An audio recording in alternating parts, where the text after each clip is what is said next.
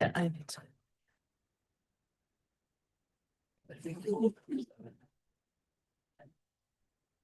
Well, you can move on. I'm so nervous now. Oh,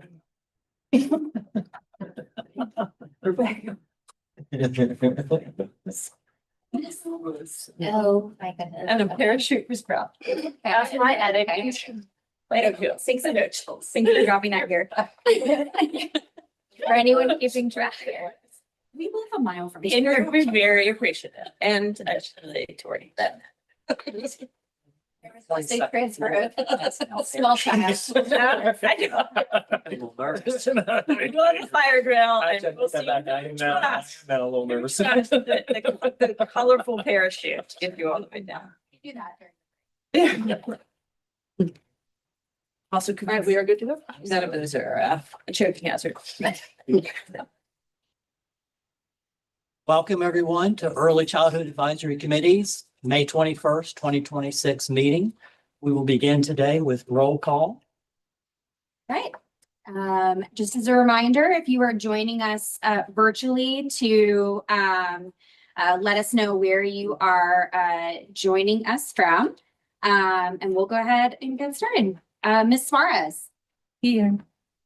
Dr. Parrish. Here. Mr. Anders. Here. Ms. Mormon. Here. Ms. Plum. Here.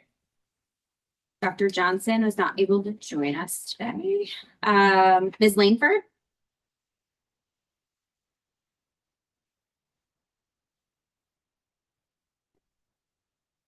Mr. Turner. Here. Dr. Wolford. Here. Ms. Howard. Was not going to join us today. Dr. Shrikin. Here. Dr. Steen. Here. Joining from from Virginia,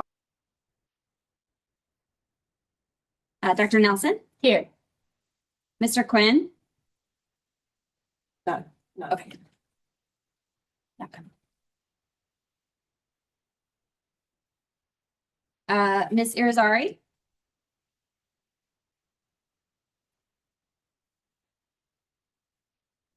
You might be running late. Dr. McCartney. Here, joining from Harrisonburg, more than 60 miles away. Dr. Patrick. Here. Mr. Vanderhall. Here. Ms. Garrick. Hello, here. I'll be traveling to Atlanta, so I'll be more than 60 miles away.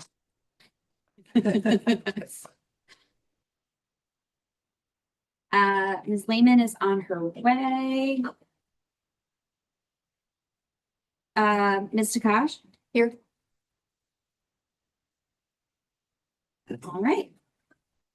And Mr. Chair, we have once, let's go, guys. We'll have a quorum. Yes.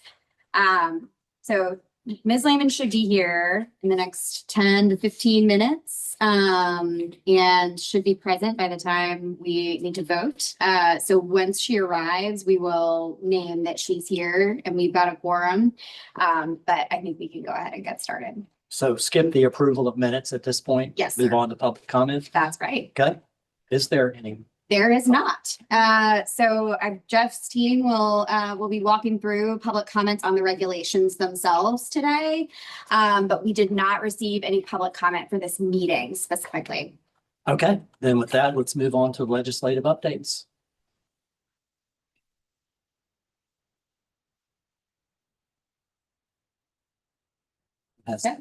Oh, yes, sorry. I just have a bad tendency to tempt fate, but people are moving around in different places and we don't have public comment. And I must confess, I'm a little giddy about being here today. I mean, this is such a major, we're just at such a major place. So a couple of things to start with. If you'll go to legislative, we'll be using paper a lot. I'm not a big paper fan, but we really probably need to do paper on this one. So page 8, we've been talking about legislative updates. starting with House Bill 258, updating terminology. We're going to go over a lot of information today. So I'm going to do probably a little bit more summary than usual, but referring to the slides for more details. So long story short, in this General Assembly, House Bill 258 came up, and it changes the term family day home in the Code of Virginia to home-based care. And it changed family day system to home-based childcare system. The main point about this is it is just a name change. We are worried that people will see this and, oh, there's a new type of childcare. No, this is just a name change. It's a little bit more in depth than one would originally think through. And what the code does, it gives us a little bit of time to implement this from a terminology for technology. But it does impact a lot of things. It impacts 6 regulatory changes. So you'll be hearing more in the next couple of months about doing what we call exempt actions and fast tracks. Those terms will come up. We'll explain them a little bit more as we go through because we have to change the regs. But as you can imagine, we also have to change local code, provide local communities will need to change their code. We'll need training, forms, things from VQP5 and it's going to have a large impact. And it's just going to take a little bit of a while to get through this process. So hopefully in the next probably 6 months or so, we'll kind of be settled down into this. The joke I use with my staff is all their swear jars need to be turned into family day home jars because we got to do a huge culture change because we've had family day home for 40 plus years. I think it's been in the code. So we're going to give each other a lot of grace as we kind of go through this, but also really just kind of help ourselves and us as a regulatory agency, as VDOE, really need to model that. So if you hear us starting to change, you'll know what's going on with that. Any questions on that? Okay, all right, then I'll pass it on to the next slide, childcare aware substitute pool. I think Alex, are you giving an update on that? I can, I thought. Oh, sorry, if you're comfortable doing it, sure. Sure. So this is an exciting pilot that is just getting off the ground. Childcare Rural Virginia, a nonprofit that has partnered with the VDOE for many years and VDSS before that, has just launched a substitute hub. They're calling it the VA Sub Hub. It's in the early days of the pilot. So right now they're piloting with 5 centers just here in the Richmond area. So they're located in Richmond, Henrico, Petersburg, and Chesterfield. However, over 80 centers have expressed interest all throughout the state. So it's probably not surprising to many folks in this room that there's a lot of demand and desire for this kind of workforce support. A common challenge for centers is I don't have, the teacher for our 2-year-old classroom today. What am I going to do? And so that is the goal that the Sub Hub is hoping to meet. Right now, where they are in the process is really with recruiting substitutes. And I know they'd be eager to hear suggestions if folks have them. They're finding a little bit of difficulty moving prospective substitutes all the way through the process. So they're contemplating like where are the points that they're not losing subs throughout the vetting process, and also whether the wage needs to be reevaluated to make sure the value proposition is there for subs.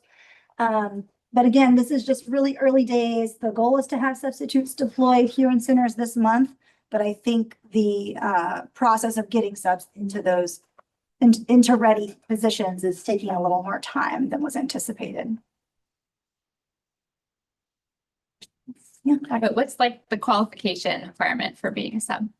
Yep. So folks have to meet all the same qualification requirements that they would have to meet to be a classroom teacher in a center. And there are 2 different sub pools and wages that they're going to implement for teacher and lead teacher.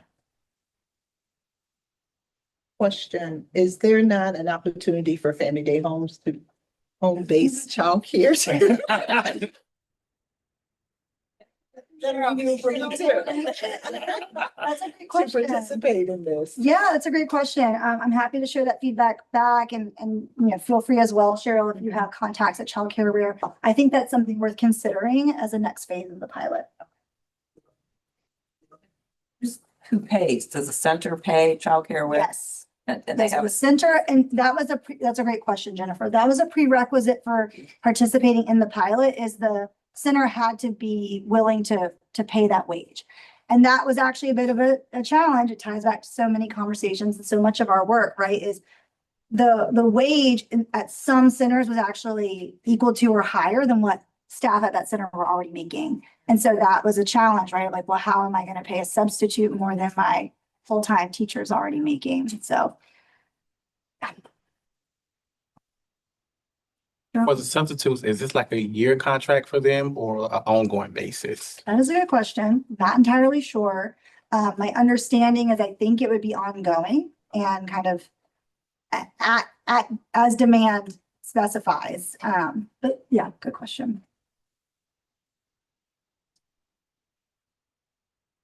Think of more questions or feedback, send it my way and I can compile it and share it with Child Care Aware. And this is still pretty early days, so looking forward to learning about this process through the pilot.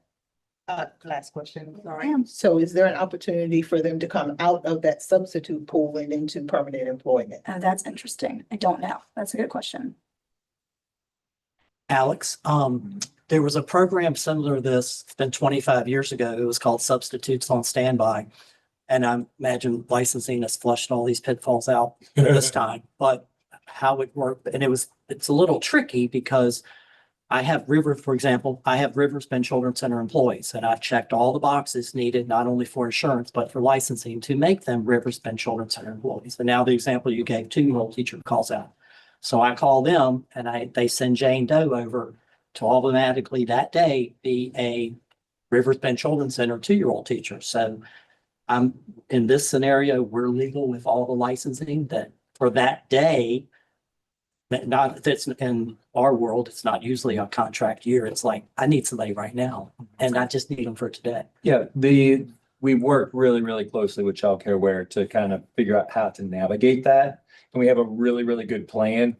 Part of this pilot is to kind of iron out any details related to that. Because one of the things, like the orientation training regarding, let's just do the prime example is emergencies regarding allergies and things like that. Them coming into your program, they're gonna have to have some sort of quick kind of training about allergies and this child and things like that. So some things are gonna have to be done on site. So it's not like they can just come in and like, oh, you're good and throw them right in. There's gonna have to be a little bit of an orientation period.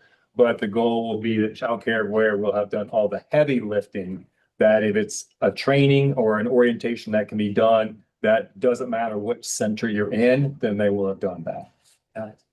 And completely different program here and setup than the substitutes on standby. But if Child Care Aware wants feedback, what this company did 25 years ago is they offered a buyout program.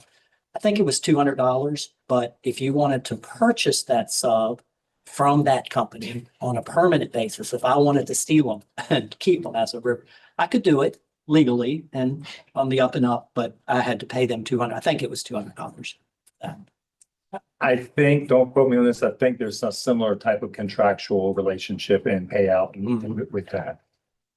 Do we know what the app is that they're using for I tracking? knew someone was going to ask me that, so I was like frantically looking at my notes to see.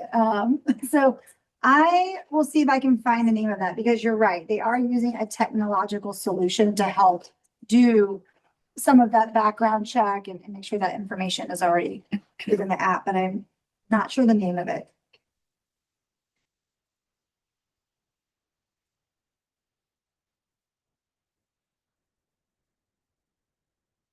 If you have any more questions, absolutely feel free to send them out this way. Great. So moving on, next slide. So we're going to be on your page 10, pre-service training release. So we've been talking about this for a number of months. We're really excited to announce that all the pre-service training updates have been released. And so just a reminder that the new courses that are available, there's 4 courses. You have a core that everybody's going to take. Then you have a center-based birth to 5, a center-based school age, and a family day home training. So we're really excited about this. We're getting good feedback so far. We're just about a month into that process. And so a little bit more time needs to kind of go through before we'll see the fruit of our labor regarding that. Do just want to kind of give you a little bit of upcoming. We are looking at the annual 3-hour, what we currently call a 3-hour training for that's related to the pre-service training. We are also going to take the same kind of approach with that of doing something specific related to school age. We're doing something for birth to 5. And if you do all 3, if you do both of those, then you will need to take both. If you only do one, you'll do that. We're also going to do one on just records. And part of that is especially the annual training is geared around the top violations we see every single year. So it's like we see that this is an issue where lots of family day home providers or lots of centers struggle in. Let's target training in those areas. And what's interesting when you look at the top 10 violations for centers versus family day home, they're very different. The top violations a lot of times for family day home is a lot more records related. But there is some with centers. So we're really trying to target our training on the need that we're seeing. So we'll be sharing a little bit more probably at our next meeting about that, because we're in the process of working with PSU to update that. Any questions on the pre-service training? Right, shifting on, still on page 10. Of your handout, ratio and group size waivers. So just a reminder, in the Appropriations Act from 2024, there was the ability for centers and subsidy providers to expand or get a waiver for the ratios. The details in terms of, one person here, a child here, 2 children here, everything's kind of outlined in the slide. So in this year's budget, the waiver is not included. Now, one of the things that we as a group did in terms of the work group is we've started to build some of that into the new CDC regulations. But what we forecast is there's going to be a gap in that process between the new regs coming in and the waiver going out. So because of the great work that we did and the board did regarding general procedures, we have a way of working through that for doing an allowable variance. We aren't quite ready to kind of roll that out yet because we're still trying to think through it because we weren't sure if it's going to be put in the budget or not. So we will be coming back soon regarding that. We will also be sending out through Readiness Connections and memos to those who are currently using it, talking about what we're going to do. We aren't quite ready to go public with it. But it's something we're hoping to roll out here probably within the next month because the current one is going to expire at the end of June. So questions about that? Sure, let me have a little caveat there. We also don't have a budget yet. So we can't get in front of when it does not exist. Understanding the timing here, there is a possibility. There'll be the one or two places that'll be in the budget. Because we now know that the CDC regs will not be sort of in effect in time, or as Jeff just described, there will be this plan B to ensure continuity. But the intent here was to continue this flexibility because it works well for the field, and we haven't seen any concerning trends in terms of child safety. But we don't have a budget. We're still waiting on a budget, and we don't know for sure whether this language will be in there or not. Can I add one comment? Sure. One thing, I don't have the answer on this. And I've been struggling with this for days, and I don't have the answer. And Jeff, I don't expect you to have the answer. I just want to bring the problem to the group so everybody understands. So this ratio waiver, which has been a godsend, which has really been awesome with this staffing crisis that seems like all industries have been experiencing. There's basically 2 paths that centers can choose to use ratio waiver. First of all, you don't have to use it. It's totally up to you. If you want to use it, you have to apply. You have to check a few boxes to qualify to use it. So let's say you apply and you qualify and you choose to use it. You can use it. You can kind of put that card in your back pocket. And when that teacher does call out, or when you do have a staffing crisis, you can move children around to whatever extent you can, only increasing ratio by 1 in the younger age groups, but it can kind of just help you get through the day in that emergency. Other centers may choose to, great, I'm now going to put 5 babies in my infant room.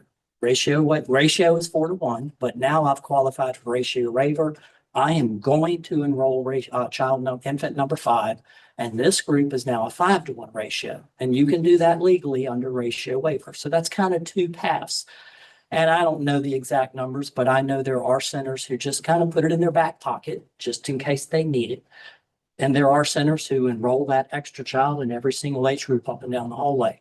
Well, this gap that Jeff is now referring to, which will begin July 1, if you are one of those centers who only use that in the card in your back pocket, you're out.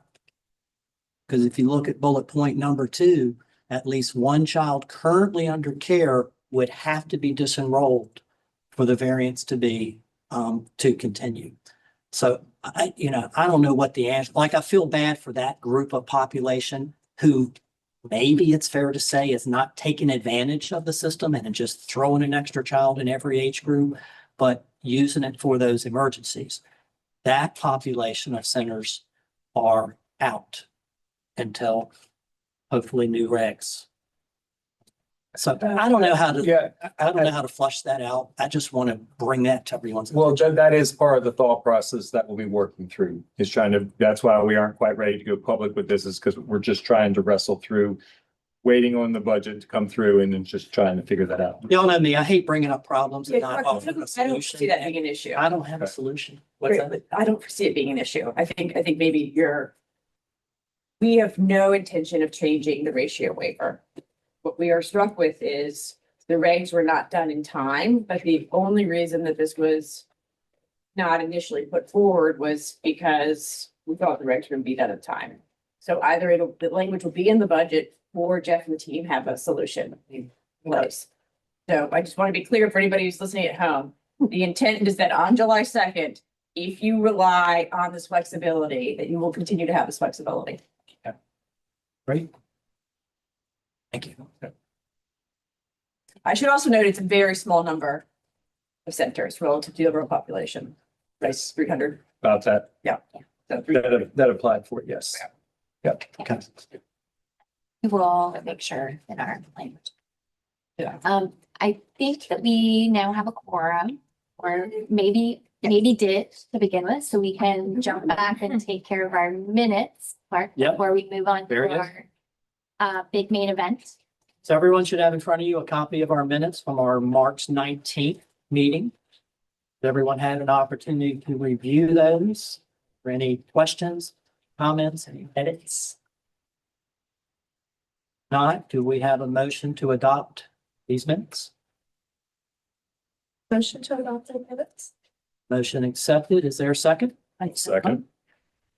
Have a second. Any further discussion? All those in favor, please say aye. Aye. So moved. Okay. Jeff, I think we are So- back to I you. thought about bringing like silly string. I thought about bringing confetti. I thought about, a can of pops and Jenna brought Play-Doh. I brought Oh. Play-Doh tools. No Play-Doh. There's just tools. Oh, sorry. Some dash them out. Just so. And a parachute, and a parachute. You all hold a parachute. Yeah, so.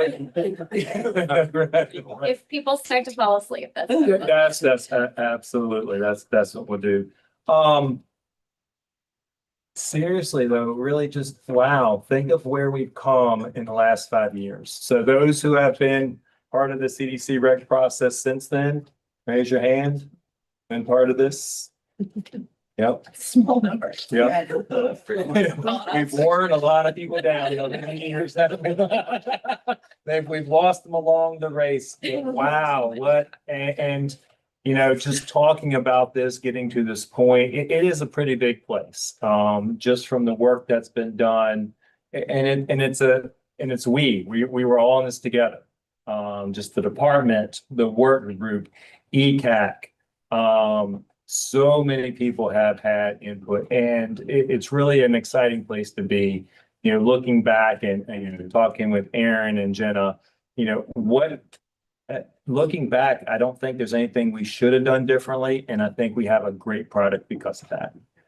We were pushing some envelopes in terms of putting a draft reg out as part of the NORA, but oh my gosh, has it played off. It was kind of hard managing it, but it really has. And so I do need to just say a special thank you for the OCCHS team, legislative team, have done a fantastic job supporting the work group, supporting ECAC. And, actually, Clark, I'm gonna let you say that because you and I have talked about that. And can you just share that from your perspective? What I told you yesterday? Yeah. Sure. I try to have great attention to detail, and I took our last copy of regs that we looked at, I think, a year ago, and this current draft, side by side, word by word, line by line, and really scrutinized them. And I was very impressed. Jeff's going to go over any substantial changes, but there were lots and lots and lots of edits. And just when you read the sentence, it just made sense. It just was just a complete cleanup. Like I could tell somebody put a lot of hours, a lot of time, and a lot of thought into every single sentence, trying to make it as clear as possible for 3,500 childcare centers who now have to abide by these regs. So I was very impressed with this rewrite. These folks. Yeah.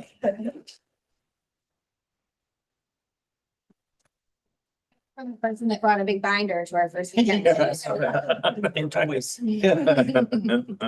And it showed at least 2 governors, that big binder. Yeah. So, all right, so let's just kind of start working through this. We're going to start on page 12, overview. So it's also there up on the screen. Actually, slide 12, kind of overview. So we started this in December of 2021, and we being the work with ECAC. The work actually started a little bit prior to that in about August of 2021, when all of the licensing staff had the opportunity to give their input about what they saw as working and what they saw as not working with the current regulations. Where did they see that there was ambiguity? Where did they see that this doesn't really help protect children? Where did they see that, Jeff, we have a hard time enforcing this because the way it's worded? And so December of 2021, it was brought to the work group and the ECAC, a starting point. And then in 2024, and again, May of 2024, September 24, after amendments were made on feedback, we endorsed something that went on to the board. Public comment on the proposed regulations ended January 1st, 2026. Final regulations before we today reflect revisions based on public comment received on the proposed regulations.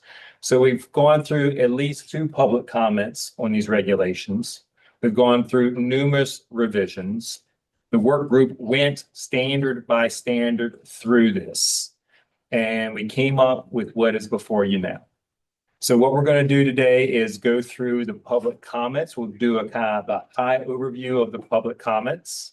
Then we will talk about the substantive changes. And I'm going to use the word substantive changes because that's kind of the legal word that we're using.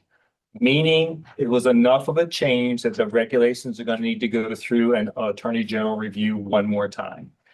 But that does not mean that this is some major change and you're going to be like, oh my gosh, I didn't agree to that. The changes that you see, the vast majority of them are going to be like, yep, that makes sense. It's not a big change based on public comments. Some of the things we need to talk through a little bit because there was quite a few public comments, but based on our analysis, based on what we've heard from you, we are not proposing a change based fully on maybe a recommendation for public comments. So with that being said, let's kind of go, we've recap our processes and goals. So we're going to go right straight on to slide 14.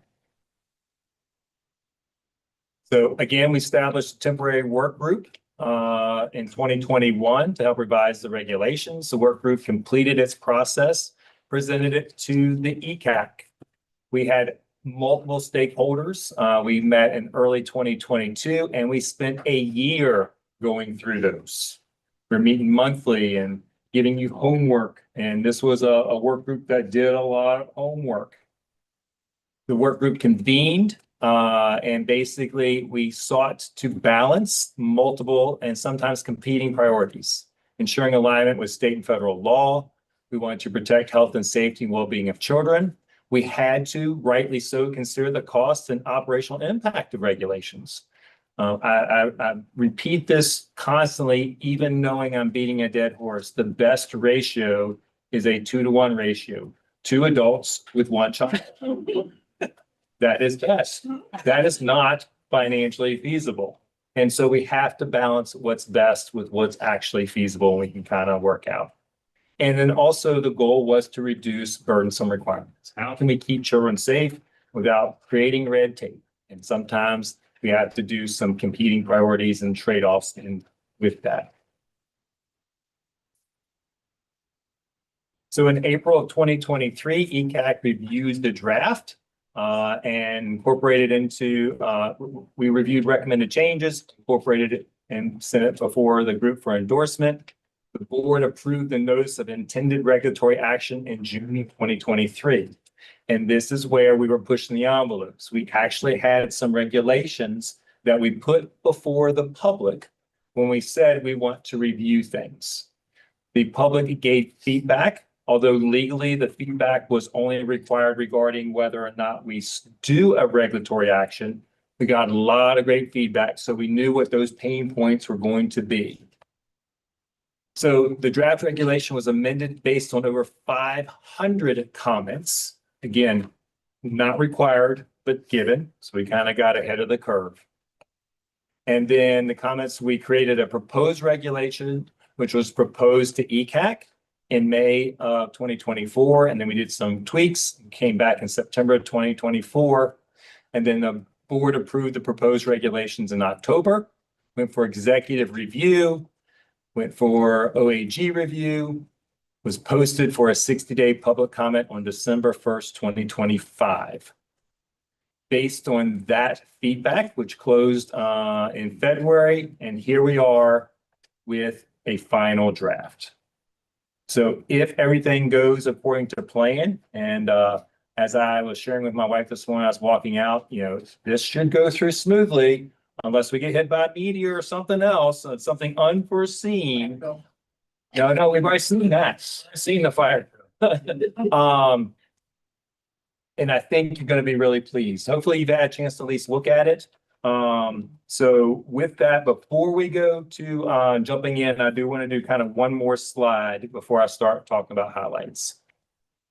So throughout this process, we've constantly come back to what are our goals.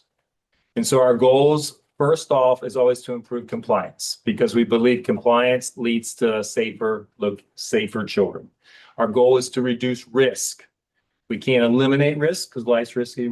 Our goal is to reduce it. So by improving compliance, we reduce risk. Streamline the requirements, reduce duplication, enhance flexibility when we have the ability to do so, while always trying to strengthen child safety, continually trying to move that needle. Align standard with federal mandates required by a Child Care and Developmental Fund, align standards with national safety guidelines and updated research, and reduce the regulatory burden. Part of that was a good thought process. We always want to do that, but we also had an executive order, Order 19, that we also wanted to follow because that's part of our goal as a state agency is to take our governor's lead. So we're excited about where we are. So let's talk about some highlights. To the proposed final regulations provide better health and safety protections. We believe that, are clearer, we believe that, and are more flexible than the current regulations. So some of the key things we want to highlight are listed here. Supervision, flexibility. So we talked about some increased ratios for school-age children, some variance processes. We kind of alluded to that a little earlier. And then also increase the flexibility in the supervision of school-age children to allow for more independence. One of the things we constantly hear is this is more strict than schools. Partly there is some truth to that because a school building is much more secure than it is when it's just childcare. But at the same time, we want to take into heart, we do have children who are much more independent. Staffing flexibility, we expand the qualifications. We increase the flexibility for staffing at the beginning and ending of each day when there's just a lot of motion in a childcare center. And it's like one room might lose 90% of their children by 4 o'clock, whereas another might stay till 6. So trying to work that out. Allows for training and include orientation and pre-service. So we're kind of expanding and allowing for some additional training to count towards other types of things like annual training or lead teacher training. And then allow all training except for orientation to count towards annual training with that one. Last column, reduce administrative burden. Reduces duplication of effort for documentation and immunizations. Removes unnecessary testing for repeat TB tests, reduce owners' reporting requirements, and removes requirements related to undesignated epinephrines. Talk a little bit more about that. And one of my favorites is we do not require all the information on health and safety for the teachers because that was one of the leading violations, but it had nothing to do with the protection of children. So just a reminder for that. So before I get going into review of the public comments, any questions about the process that got us here or any of the information I shared so far? And, as we're going through, as we start going through in more detail, stop me if you do have questions, because I'm going to just kind of continue to roll with things as we go. So the public comments ended on January the 30th. We had over 240 specific comments from 130 commenters. The OCHS team reviewed each comment and made recommendations for amendments. So we took every single public comment seriously. Some of those probably shouldn't have been taken seriously, but it's our job to make sure that we're listening and really giving a good, giving the commenter what they're due, the respect they're due in terms of making those comments. Today, the EDOE is seeking endorsement on the proposed final regulation with approval to make any minor technical or grammatical errors and to take it to the board in June. So what we're asking for today is if we do come up with something that's like, we don't like that we can agree to what you do like. We will then make that change, come back to ECAC at the next one saying we made the change, here it is, and then, but getting permission to present it to the board in June. If there's something major, we can back it off, but our goal and hope is that if there is anything that we might want to tweak as a group, that we're able to do it here. Don't want to get into too much wordsmithing if we don't have to, but we'll take that on a case-by-case basis. So that's kind of the goal as we move forward. So we kind of summarized the top concern on the next 3 slides. So what I'm going to do is just kind of read the area of concern and then give a little bit of an overview for the agents for our response. I'm not going to go into the response too much because this is kind of a summary. We wanted to give you in one place kind of a summary of the big things because we're going to get down into the details as we go through. So we're going to go through these next 2 slides kind of big picture, but wanted to give you the top concerns. So this is really about what the concern was. We'll address how we respond to it later. So the areas of top concern. So the first one was opposition to increasing the ratios for school-age children and allowing ratios to temporarily increase for all age groups. So we did have a lot of those. So we'll talk a little bit about what we did do and what we didn't do as we go through. But part of our response, just as a large, is this is something we do now. Looking at research, talking through this, we didn't make any changes, any major changes to what this group had originally approved. And we'll talk about the details here in a few minutes. The second top concern regarding supervision requirements for older children and sight and sound supervision without separation by a physical barrier. And the concern was request to align supervision requirements for all school-age children. So basically, and for those who were in the work group, we had a lot of conversation about supervision. You know, it's sight and sound. What does that mean? What if I have, you know, especially with school age children, I have an L-shaped room. You know, I might not see them in the corner, you know, just reminding everybody of the conversations that we've had. So we'll talk a little bit about what we've changed language-wise a little bit later on in the slides. The next one was the top concerns and responses related to lead teacher qualifications, requests to count orientation training towards training required for lead teachers, some concern regarding qualifications and experience requirements. So our responses, qualifications were expanded to increase eligible childcare workforce while retaining protection for children. And then orientation includes the topics required in 110B2. So we are allowing orientation to count if the 24-hour requirement is met. So we'll talk about the details as we go through. Slide 2 of top concerns and responses. The very first one regarding nutrition and food service. Opposition to requiring children to remain seated while eating or drinking and due to developmental needs or access to seating on field trips. So we kind of revised the language a little bit. The next one down, play furnishing, equipment, materials, and tools. Concerns regarding the hardship of laundering soft tools and materials weekly. So we did revise the language a little bit. Some of this is revising language to bring clarification because it might not have been a true issue. It might have been a misunderstanding about what was written and what was said. So sometimes we just tweak the language to get there for some of these. And again, we'll go into detail. Next one, indoor and outdoor play equipment. Some clarity requested regarding protective surfacing. So we kind of addressed that. Concerns regarding requirement to cover large or difficult to cover sandboxes. You know, in order to keep up with our tradition of always having something icky to talk about, we'll talk about sandboxes here in a little bit and their use and not non-use. We'll go through that here in a few minutes. Number 3 for top concerns, attendance records and reporting, concern regarding reports of unsupervised children to the department and parents, additional concerns regarding attendance requirements and requirements for classroom or group specific documentation. So we revised the language and amended things to make sure there's some more clarity.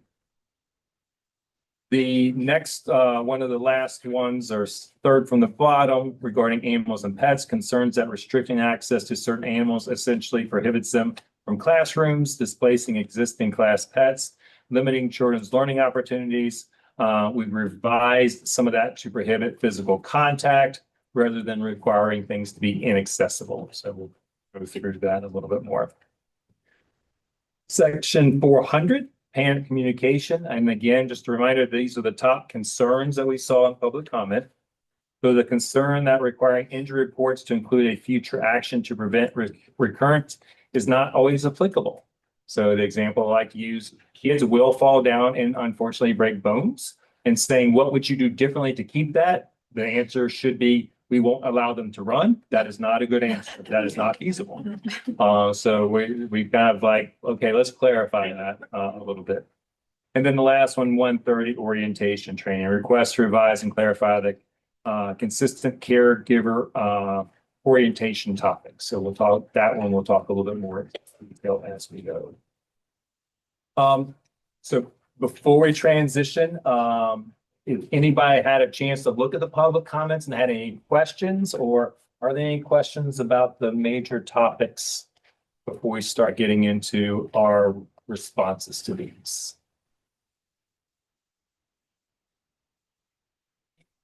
If you haven't had a chance to, it probably is good to read through those.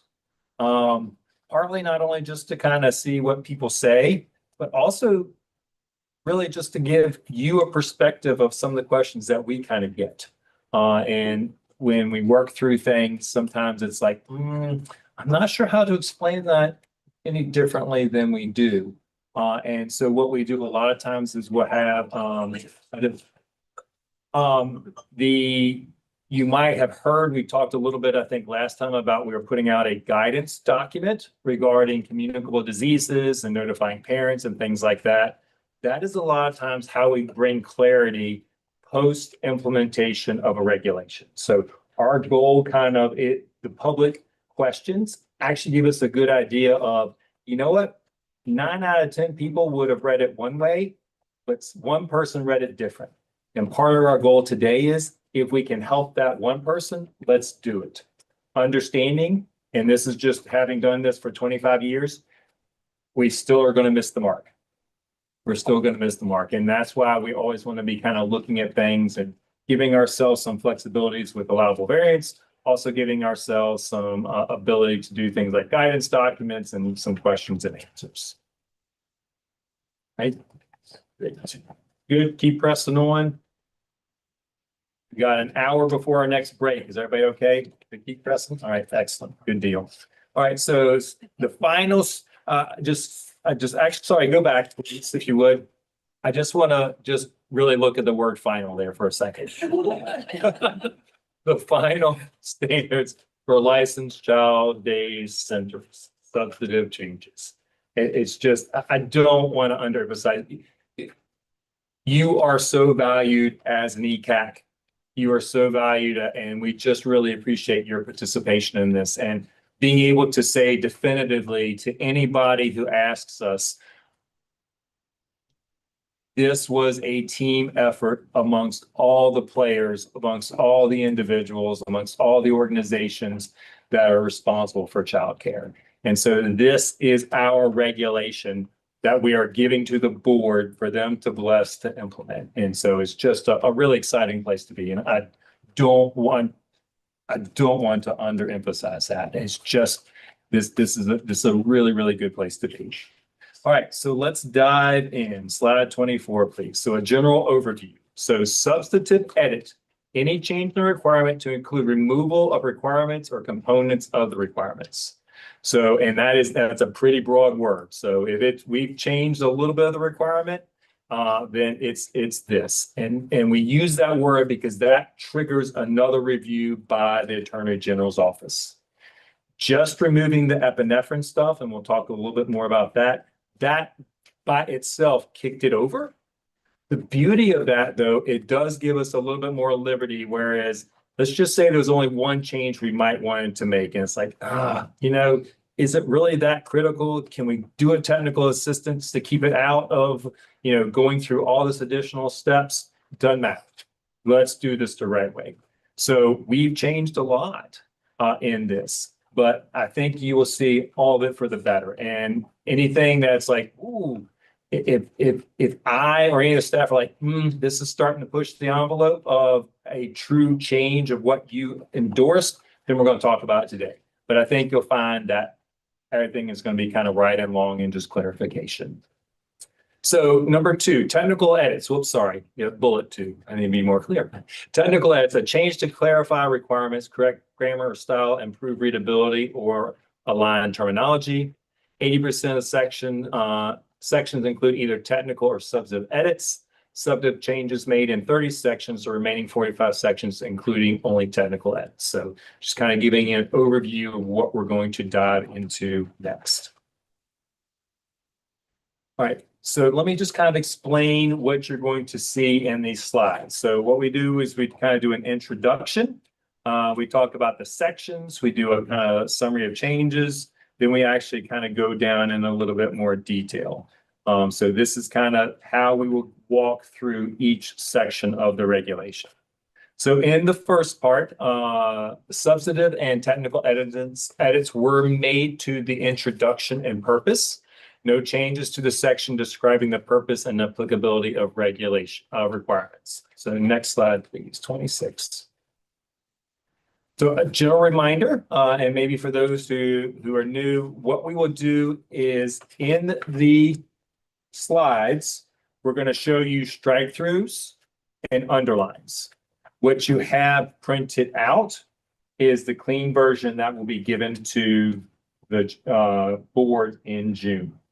Anything that we say we want to tweak that we aren't quite, if the group approves, we will make those technical edits, hopefully, in this, and then that is what we will go to the board. So what we will be approving at the end is this document with any kind of tweaks, any technical tweaks we want to make today. All right, so going back to our presentation, slide 26. So in the definitions, we took out the word abusive head trauma because it's only used once. Revised requirements related to abusive head trauma and orientation and training to include the definition for clarity. So part of a regulatory thought process, and in many instances, if a term is only used once, you don't do it. If the term is a standard term used throughout an industry, then we also don't define it. We also revised experience in a supervisory capacity to broaden the experience requirement for directors to remove limitations on specific experience areas. So this, we kind of opened it up and made it more clear what we will accept as experience. And so what does that mean? And that's the underlying personnel or team members were added to that to bring some clarity to that. All right. Again, I'm not going to ask for questions, but please stop me at any point if there are any questions in terms of what we've done or why we did it. The next section is going to be part 2 on administration. I'll just kind of let you read those pieces to kind of give an overview of what we're going to do. Part of that is to save my breath, because if I'm going to be talking for 4 hours, I'm going to get a little hoarse. All right, moving on to slide 28. Overview of the change. We removed epinephrine requirement in response to public comment. The agency will address undesignated epinephrine through a separate comprehensive action to align requirements across chapters and to allow more time to collaborate with the Virginia Department of Health. So for many of you, this will be a refresher. I know for some of you, it might be new. So for those who are a refresher, bear with me.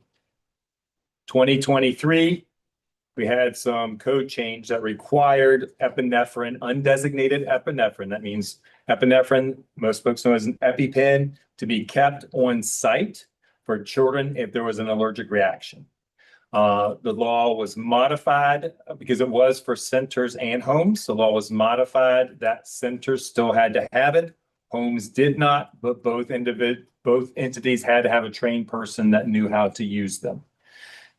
It went out for public comment because it affects CDC regs, family day home regs, voluntary registry, affected a lot of entities.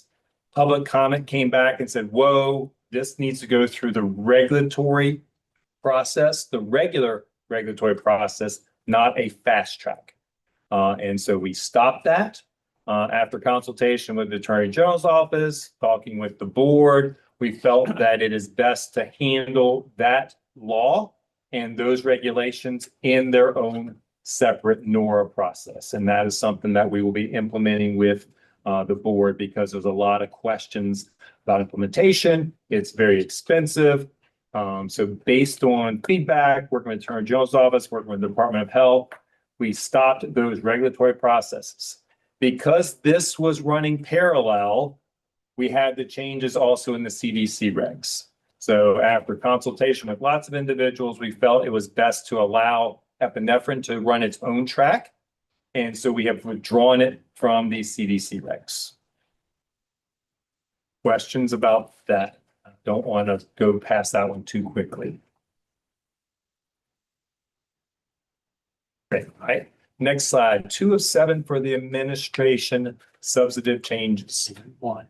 Questions? Yes. Chapters? Yes, We please. go to the next chapter. Yep. Okay, sorry. Yep. I'll be brief. There may be one word that needs to be struck on chapter 30, Page 4 of 51. page 4 of 51. Standard 78130, letter C. So this, 30, yes. this has to do with the posting of allergy information and sharing or not sharing. So in the second sentence, it's telling us that the center shall inform staff of the list. The very last sentence, the last word says, don't share it. And I think what we're trying to say in that last sentence is you can post it on the wall in the classroom with a parent's written permission. But without the parent's written permission, we've already shared it because we've shared it with the teachers. We've shared it with the staff. I think just the word share perhaps should be dropped from that sentence. Shall be in each room or each area with children are present and kept confidential unless written permission is received from the parent to post, display, or share. You already shared it. You're supposed to already share it. But that's sharing with the staff versus posting it on the wall could be anyone walking into the classroom, so not necessarily a staff person.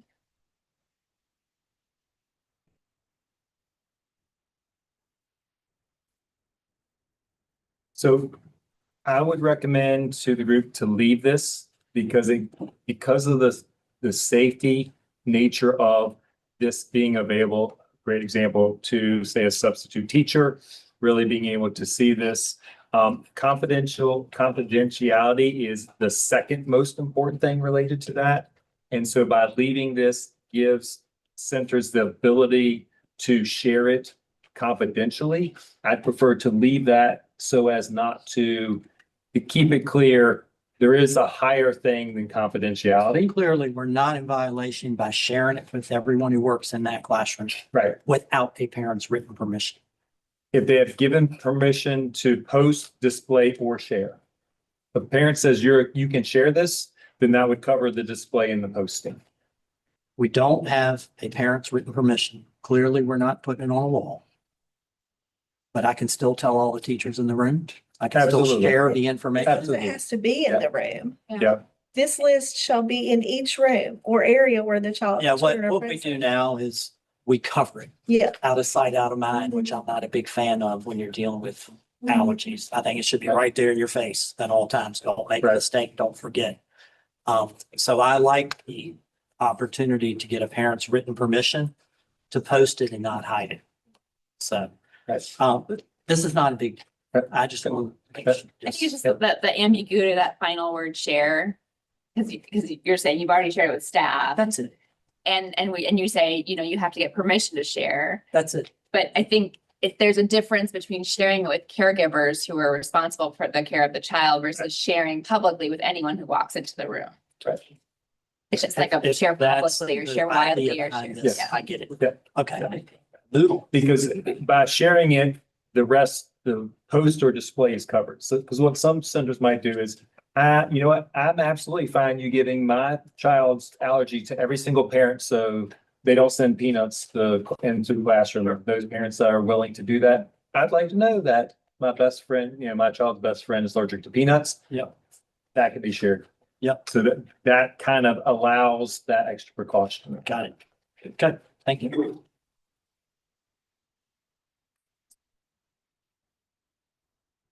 So in the spirit of keeping the pace going, I'm going to kind of continue to go. And again, stop me, please, as we go through. So slide 29, 2 of 7, the review of the changes requirement for proof of age and identity and the Code of Virginia required information on previous child care in schools. In response to public comment, language from subsection 8 moved to subsection 9 to make it clear that the requirement is part of the code. Now, one of the things, that has been brought up to us, based on our combining of 8 and 9 is there's some ambiguity, and it can be read that there must be more documentation than is code required regarding previous schools being attended. So we are going to ask that you give us the ability to do a technical change. And so my team, do we have a page number for that? Page 5, Page 5, number 8, and 9 together. Yeah. So 8, 9, any child care or school attended by the child. Number 9, documentation of viewing proof of the child's identity and age to include previous care. So you can see what we've done up on the screen is we're combining those two. So what we're going to do is where it says we're going to switch the child daycare or school currently attended by the child, we're going to switch it so that the documentation of viewing proof of identity that documentation of proof will not apply to the school currently attending or childcare currently being attended. Does that make sense? Yeah. So we're just going, the way it's listed up there we have number 8, it says a child or school currently attended by the child. So you just got to be able to write that down. Parent says, my child is attending, Carver Elementary School. Then the next requirement is we have to document, the provider has to document what proof did you see of the child's identity. By combining those two, it can be assumed that you have to have documentation of the school that the child was attending. And we don't want that because that's not what the code requires. So we're going to do a technical edit so that we say documentation of viewing the proof of identity. The documentation of viewing proof only applies to the proof of identity. Documentation of viewing proof does not apply that you attended a different school. I've seen some yeses, but I'm also seeing some confusion there. Let's do this. Jessica, if you can give the language and log in and putting it into the chat of what we're proposing, or is there a better place to look for it? Is somewhere in Zoom that I could just share it with? You could Teams message it to Chelsea. Okay. What happens is when we enroll a child, the parent, federal law and state law has to prove that this child is who they say they are. And they prove that in one method by showing us not a photocopy, a real copy, original copy of birth certificate. Right. We at the center document that we've seen. So that's viewing proof of child's identity. The way it was worded, it was kind of implying that you must also view proof of the child's previous or other schools currently attending. And that's not And the Code of requirement. Virginia doesn't ask that. The Code of Virginia requires me to ask for that information from that parent, but I don't have to actually view proof that that child used to attend such and such childcare. So that's the reason for the change. Right. Chelsea, I don't think we're gonna be able to, folks are gonna be able to see that. Can we possibly put it, can you pull up a blank, like, Word document and make it big on the screen? Thank you. As I'm following along, can I just clarify? So the changes noted in the slide deck, but the wording impacts the draft that we have in front of us, but Right. it's not in the draft. Great. Okay. Right. Yeah. Just make sure I'm following along. No, absolutely. Yeah. Sorry for the confusion on that. Yes. So what we are approving at the end of this session is, okay, what we Yes. see on the slides, not There what we we go. see here. Right. Yeah. Yep. So we'll take this and then that will then get put into the draft that's given to the board. Right, thank And Jenna, correct me if I'm wrong. I do not see us going to the board with all these slides and going through. We're going to basically go with, with the final, this has been approved by ECAC, get their blessing, feedback and things like that. So we'll be doing, just talking about the process a little bit, but we will not be going to the board and with all of this detail. We'll be going with what's. Yeah, as a reminder, here, Anders, typically what this body has done is to vote on an endorsement with a set of recommendations. So for example, you could endorse with the changes proposed in the slides and the changes added on the Word document, right? So, so there's the opportunity here is sort of to endorse, think about what are the other things that you would want to change or add or edit, and so you do that with the recommendations, and then Jeff and the team go back, make those, and then take it to the board saying it's fully endorsed, because it reflects all those changes. And just to clarify, the change is not in the document or the slide. It is right here. It is this. Yeah. This is what is being proposed as the change. So what is on slide 29 should be disregarded for this. This is what is being recommended as the change. Which is not the pattern that we'll be following for the rest of this briefing. Right. Any This Right. is an exception and Yeah. something that has happened real time. Or that was, I wasn't doing it. Clark did a much better job explaining it. So, because I could see there was like, Sense. That makes way more sense. great. Good job. Thank you, sir. We're all in this together. We're all in this together. Great. So I think we're on slide 3 of 7. Chelsea, thank you for kind of keeping us on task there. So this one had to do with attendance records. In response to public comments, edit made to clarify the requirement is for a list of children actually present within the group for emergency purposes. The written documentation of attendance that records are the records reports the arrival and departure of children as it occurs is a different requirement, but may meet the requirement. So basically what we're trying to do is we need to know, we don't want to know just, let me rephrase, we don't need to know just who's in there. We need to know who's in each group. Just had a recent negative action that we did because just the attendance in the center is just atrocious. They had one classroom that had 6 children present, but 7 listed. And then a classroom down the hall, they had 14 children listed, but only 10 written down. And so we started saying, well, where are these other ones? And they're like, and it's like, well, we got a problem. So this is really just to kind of clarify what's being asked, especially in an emergency, because as you can imagine, evacuating a classroom, kind of checking, do I have all the children I'm supposed to, or was that child that was in transition need to be accounted for? Slide 32, please.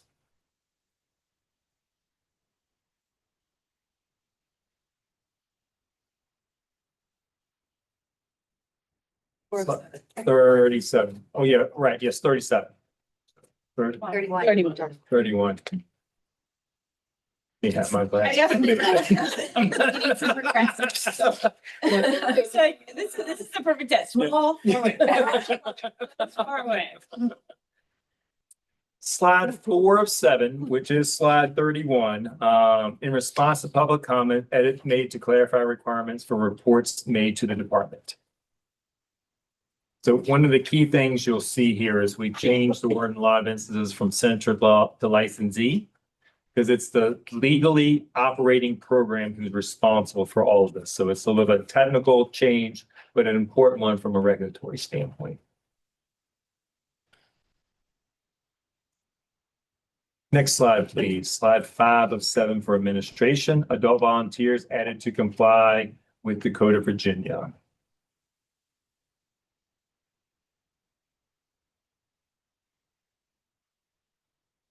Six of 7 for part 2. Revised to allow the school entrance physical exam for school-age children when the center does not assume responsibility of the child directly, when the center does not assume responsibility for the child directly from a school or directly transfers responsibility of the child to a school. This change aligns with current regulations.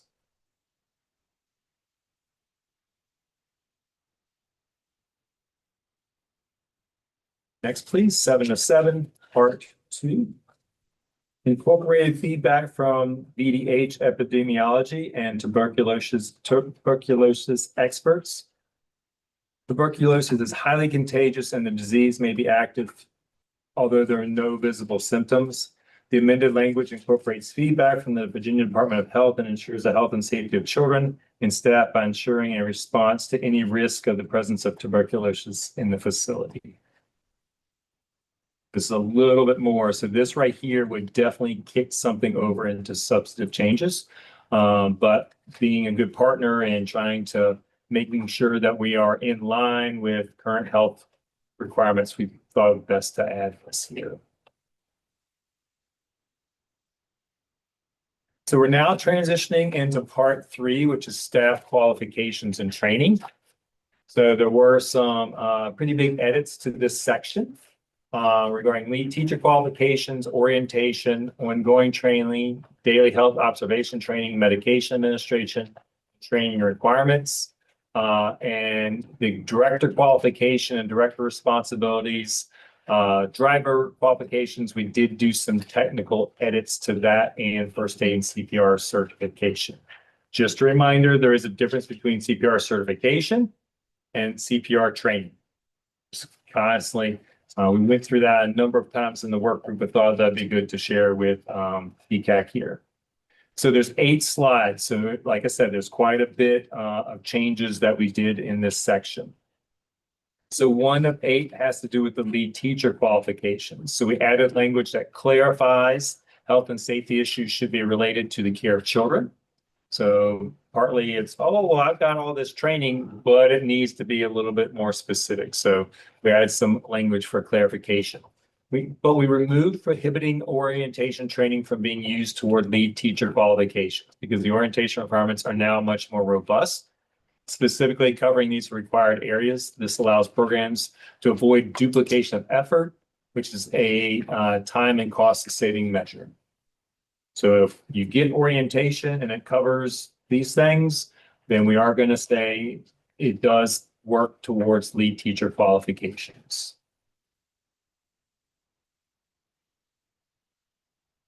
Slide 2 of 8 for part 3. Added for clarity, since there are now different program and age-specific pre-service tracks, the program staff will be required to complete the training for each age group they work with. So as you remember, it was a 10-hour block. Now we're saying that you can take different things based on that. So we had to change the language to make sure everything was kind of clear that this was okay to do. And so just to let you know, this might be a good place just to pause for a breath. Aren't quite going to take a break yet. So just to let you know, so what happens after this gets approved is then the staff behind me and over there shift gears to going into a training mode. So it's like, how do we train licensing staff on this? How do we train providers on this? What kind of handouts do we need to tweak? What kind of handouts do we need to develop? So part of all of this goes into this clarification helps our staff as well. Whereas I didn't know that there's now 3 parts to this training and part of this. So just thought this is a really good place just to kind of stop and you know, we are getting into the mode, you know, just like Jenna talked about, you know, some things we got to wait till the budget comes out before we can move forward. Now that we get through this step, as soon as we get an endorsement from the board, we're going to go into shift gears and start doing training so that we can do a training program that's not, oh, here's the training 2 weeks before it goes live, but here's a training, you know, couple of months out to get prepared for this. And then, hey, we're going to do a follow-up training. We're going to make that available to the public and make it available to staff and do some co-training even. So everybody's kind of on the same page. And, you know, these kinds of things are what we will really specifically do because there'll be a change in approach that some of the inspectors have been doing for 20 years. They're going to have to do a quick about face or slight tweak for that. Slide 3 of 8, please.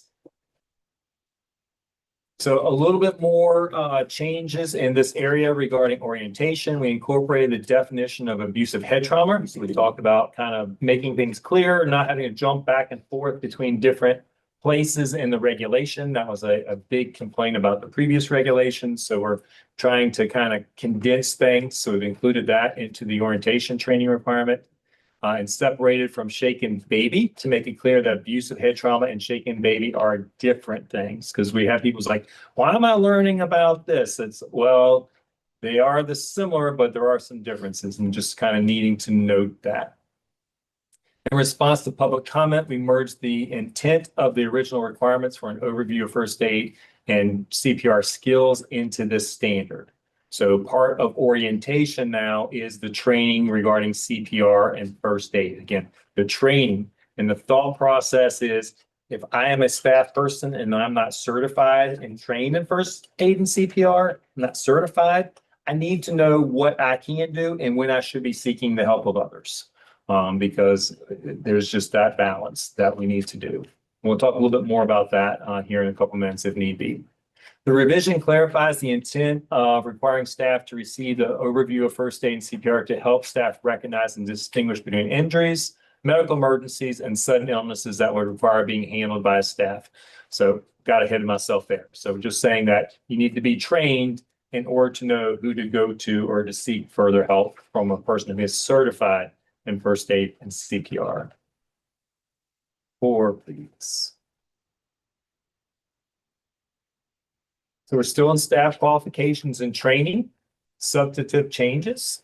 In response to public comment, merge the intent of the original requirement for an overview of first aid and CPR. So again, just the same kind of thing in the section C into the subdivision.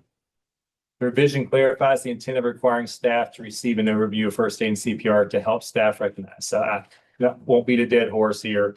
This is part of the training thought process here. Next, please. 5 of 8, remove reference to the annual health and safety training being 3 hours should the training length change in the future. And that's why I kind of sowed that seed early on that we are looking at doing that. So we do foresee if someone is a program director, it's probably going to be the full 3 hours. If they don't do any record stuff, then it's probably going to be maybe an hour training for school age, probably an hour and a half or so for birth to 5, that annual training that's required by the department. Next, please. So in your handout, this is slide 42.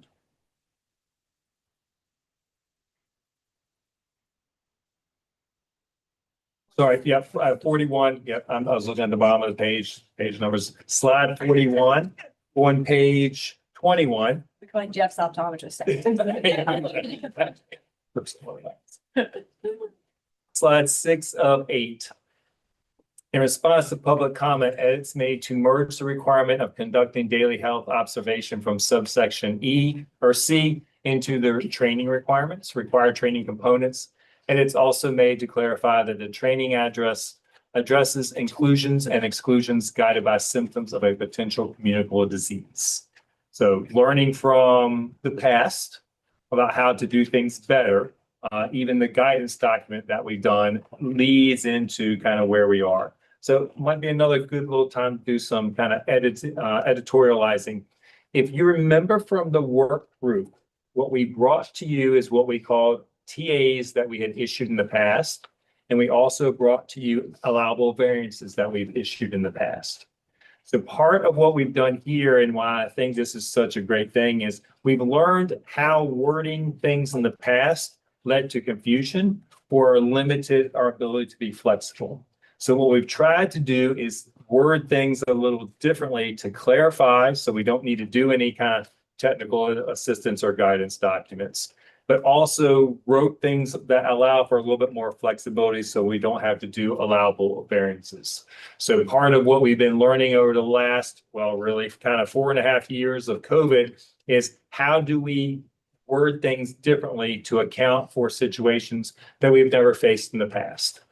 So this is kind of some of the language you hear here is some of the language we've talked about in the course of the last couple of months regarding communicable diseases and our move to do a guidance document. Slide 7 of 8. Remove epinephrine requirements in response to public comment. Agency will address undesignated epinephrine through a separate comprehensive action. More of what I've mentioned before. Slide 8, please. So this has to do with driver training requirements. This is the last substantive edit that we've done in part 3 for staff qualifications. Edits made because training related to center's transportation policy is already required under staff orientation. This avoids duplication of efforts for drivers who work directly with children and have completed the required orientation training while ensuring drivers who do not work directly with children receive this important training. Before we transition into part 4, physical plan, comments, concerns, questions about part 3.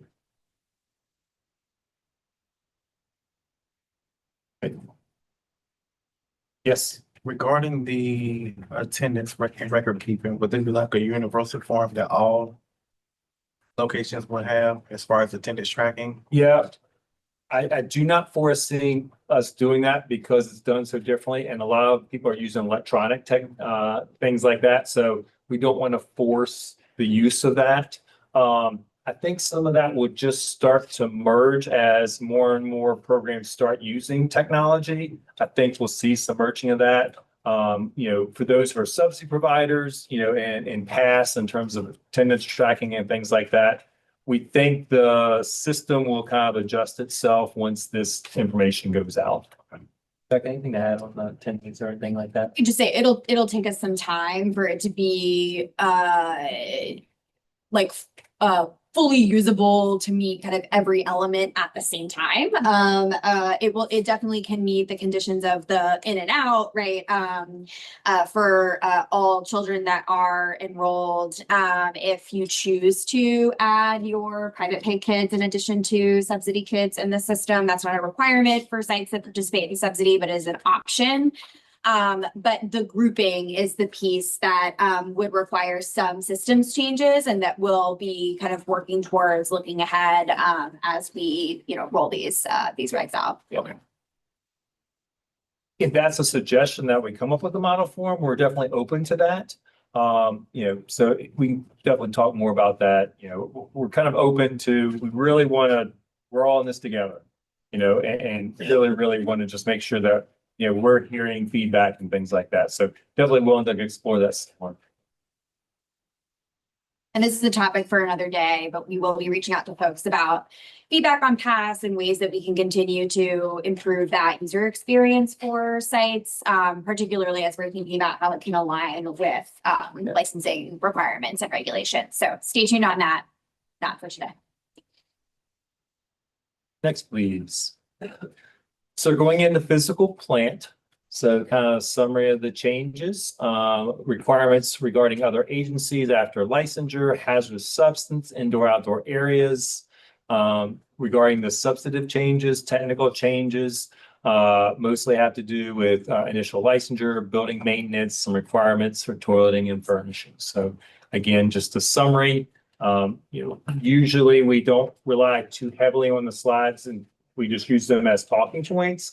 But in this instance, we made the slides and put some information in here just to kind of make it easier just to kind of navigate things. So slide 45 on page 23, 1 of 4 for physical plant substantive changes. So this has to do with annual and renewal approval from other agencies and requirements after initial licensure. The requirement of subsection D was merged into C, allowing the use of the public and private schools fire inspection report rather than making it a requirement to use a school's report should a school refuse to provide it. So we have some schools where providers work really well with, some schools we don't. And so we just wanted to try to do what we could to help make that process a little bit easier. 2 of 4, please.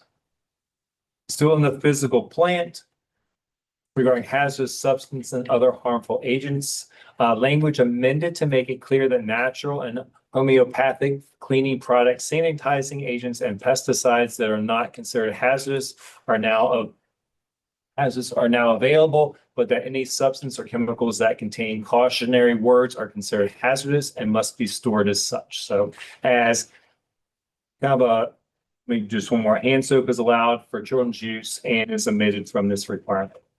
So as technology changes, as product changes, we noticed that we got to start thinking a little bit differently, and broad categories are getting blurred, and category definitions are starting to go away. So we're trying to adapt our language to match those requirements.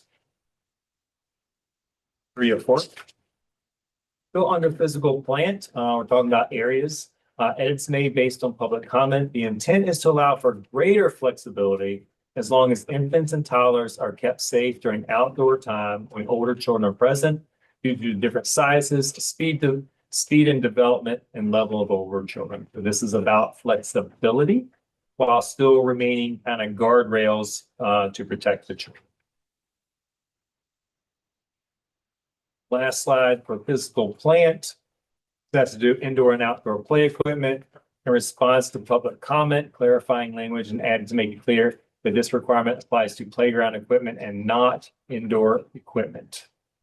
Significant public comment received related to the hardship of covering large sandboxes and sand areas. Therefore, since areas and equipment have to be maintained in a clean and safe condition, if a sandbox or sand area is contained or has hazards, there's another standard to address this issue. So basically what came back was, I have a sand pit is very different than a sandbox. Sandbox most likely probably needs to be covered. You do not need to cover a sand pit with a big 20 by 20 tarp every night. And a lot has to do with drainage and just lots of things, but the bottom line is, bottom line, I guess the bottom line is we heard, we responded, and we think the team came up with a great compromise for this. Just really did a good job on that. Anything from the physical plant section to go over, cover questions, concerns, comments?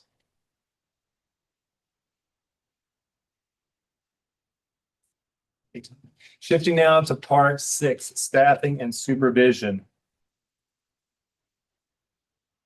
So we cover 3 different regulation or sections, 260, 270, and 290. So substantive edits made to supervision, ratio group size requirements, and rest period ratio requirements. Only technical assistance made to ratio and group size requirements for balanced mixed age groups. Slide 50, please. Slide 1 of 3 regarding this section. Edits made in response to public comment, sharing concerns about not being able to use safety gates in a room and school-age children having to have the same level of supervision as infants. Edits were made to align requirements with supervision requirements in schools where children are allowed to walk down the hall to the restroom, nurse's office, or principal's office is unsupervised. Timeframes reduced since the flexibility for sight and sound supervision was extended for all school-age children and not just those 10 years of age and older. So this is a little bit more flexible than what you had originally agreed to previously. So this, again, there was a lot of comments about supervision and ratios. And so trying to find that nice balance of what are we requiring in centers for school agers versus during the school day, with the understanding that sometimes there are very different environments. Sometimes they're more controlled, sometimes they're less controlled. So really just kind of recommending these kind of changes be done. But I do want to sit for a second because this is probably one of the bigger changes that we're recommending. I have a question about the physical barrier, and this was probably something y'all discussed a long time ago, but I'm just coming in on the tail end of it, but if the gate system is built in, they have lovely built-in gate systems that you attach to the wall, does that make it a physical barrier? And then you wouldn't be able to have this gate system to keep your non-mobile infants safe from other children? Or is it only like a temporary structure that would be covered by this? Or is it more like a solid barrier? Yeah. Jessica, I think I might have to defer to you on this one, or the team. Yeah, we amended the language to specify permanent physical barrier, but it's also if it impacts your immediate ability to respond. So we do have those programs that have, like I said, they're designed to have walls or built-in gates that are permanently fixed. As long as they still can see those children, they can still immediately respond, and that's not. Okay, but like if I'm in this room and there's a little window and I have to go outside of this room to go in the other room, that's a physical barrier. But if there's a gate that I can open, that's not, okay. And you can see and hear, so it's like sight, sound, and ability to respond. Yeah, I'm just concerned around, sort of like the use of gating is a really good way to keep younger babies safe. So I want to make sure that that's not going to impede that. Right, yeah. Yeah, and it's probably a good point to bring up here, kind of like Clark said, part of it is finding that nice balance of what's a minimum required, but always encouraging, if you feel as a provider, you need to go a little bit more because of your situation, absolutely, doing so. But what we heard was because of the way the previous regulations were written, there was this ambiguity that people were like scared of doing something a certain way. And we just want to try and clarify here that, no, that situation's okay. If you want to go above and beyond, great, but just clarifying what's that threshold that cannot be crossed from a violation kind of standpoint. I would think you would want to put that in your training. That very clearly, Sure. showing Yeah, that a gate with access with a, you know, a gated area with a door access Right, right. would be appropriate.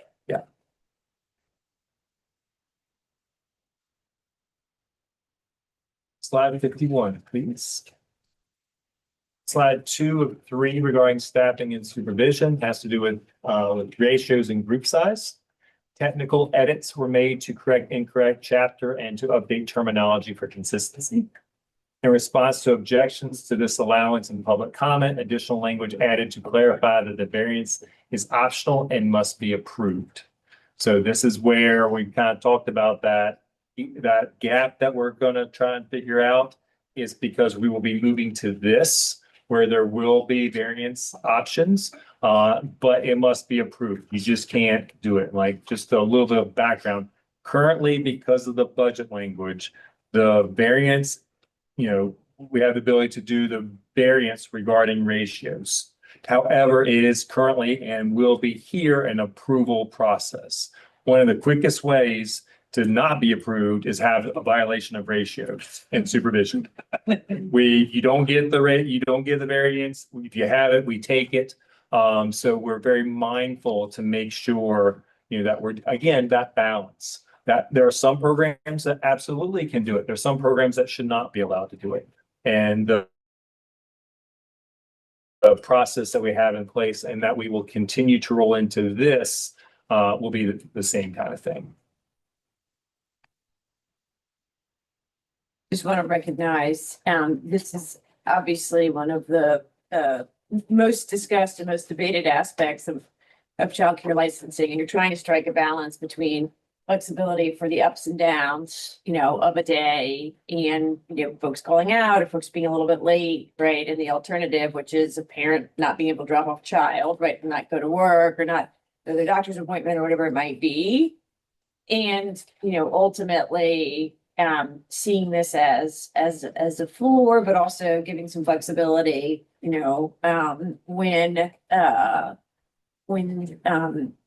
when folks meet that kind of necessary condition, so we're not putting kids in harm's way. I would say in general, the Virginia ratios are right in the middle. And I would say that based on what we've seen after having the flexibility for the last 4 years, is that the vast majority of folks aim for lower ratios than this. One, because of the inherent, challenges, as Jeff joked about earlier, about these are pretty hard, right? If you're staffing as an educator, and I think parents as the consumers appreciate lower ratios, but you also these are serious violations, and so giving that flexibility so that centers feel like they have that cushion. I think this represents a nice compromise, and one where we feel like have sort of achieved a good place with the field. Folks can always go lower if they want, but this is a nice balancing act. Stepping off topic a little bit here, and one of the things that hopefully, and I name this just for my staff's kind of to name it for them, but also for this group. One of the things that we've really worked hard over the last 4 years to do, and we will continue to do, and I say this as a commitment to this group, is, looking for ways to get to, Kristen and I don't know if you all know Kristen, but Kristen and I go back and we always used to joke, how do we get to yes? How do we help? How do we get to a place where we both can say yes? And that's kind of the commitment that we're making here of we're putting into practice. How do we find ways to get to these places where we both can say, yes, this is a safe place? And so this is a really good example there that I think y'all have helped us embrace, and we have helped you embrace these places of in the middle, because that is where we all win. Because if we force things that are too difficult to put in place, we're asking for problems. If we don't have some reasonableness regarding some of these things, then we put children at risk as well. Both are risky on opposite ends of those spectrums. Too strict or too loose, children are still at risk. Okay. Do we need to beat this dead horse anymore? We don't, but I do have a comment Oh, yes, ma'am. because I know coming up will be home-based childcare. Yes, ma'am. I'm telling you, you are our model.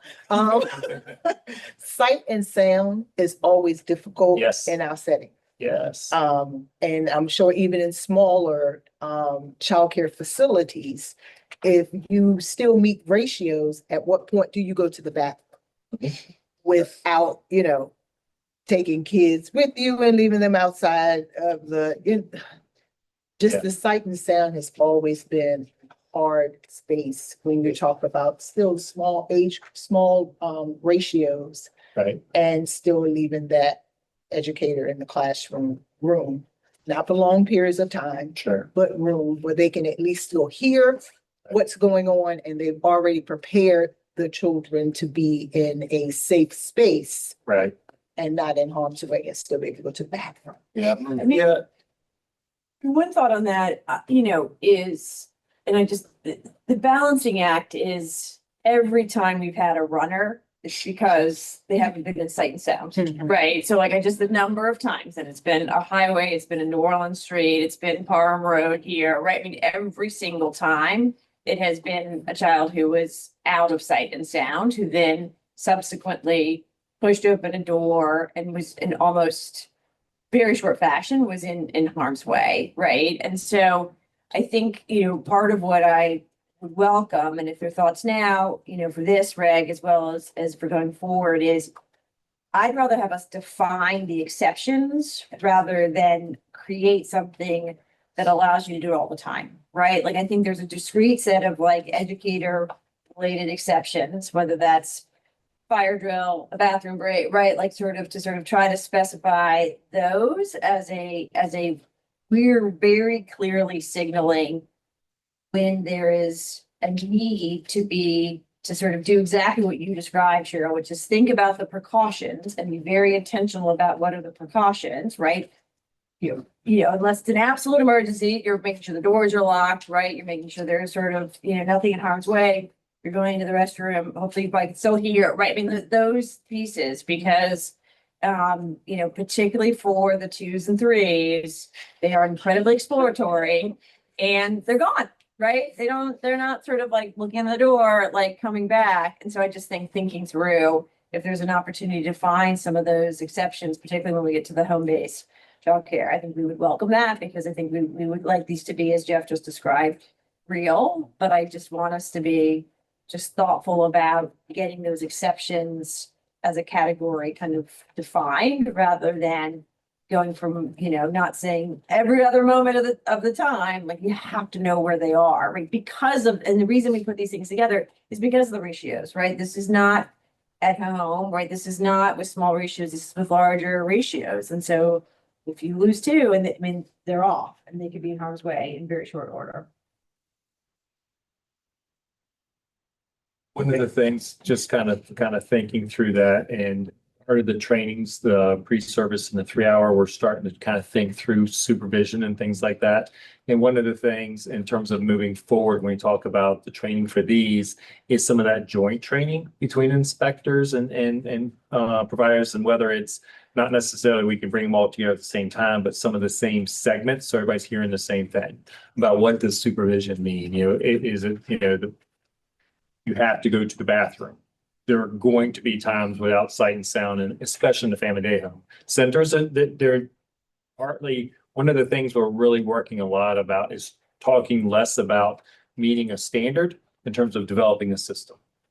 Because if we have good systems, it accounts for those exceptions. So we're really doing a lot of language change about how do we build systems as backup. Always a second set of eyes, always the best example is like for buses, in transportation. The best system is someone comes in, gives the keys to someone else, and someone else goes and double checks, a backup, and just taking some of the things that are done really well in the commercial industry and like in manufacturing about safety systems. It always involves a second set of eyes. So stepping out a little bit, this is some of the training that we're trying to figure out and develop more and more about systems and how to do that. But appreciate the feedback because it's just kind of helping us think through how to go to the next, take this to the next level. I just have a quick question, and this is maybe, so when the group size limitations don't apply for the following, I knew about the rest period one and the transportation and field trips is outlined. What are we, what is it saying specifically? Just out of curiosity, for like during outdoor activity and during meals and snacks? Like that, what ratios apply or do any? So, and Jessica, correct me if I'm wrong, it's about the group size, because in certain instances you can combine two, but like if you're outside, then, you know, you can have 4 or 5 different groups that can come together. It's group size, not ratio. Yeah, it's group size, not the ratio, Oh, okay. right? Sorry. Yeah.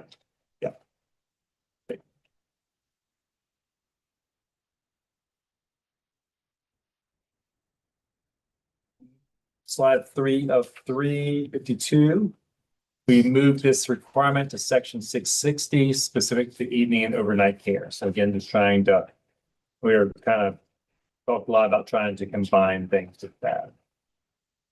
All right, anything else on staffing and supervision before we leave that part?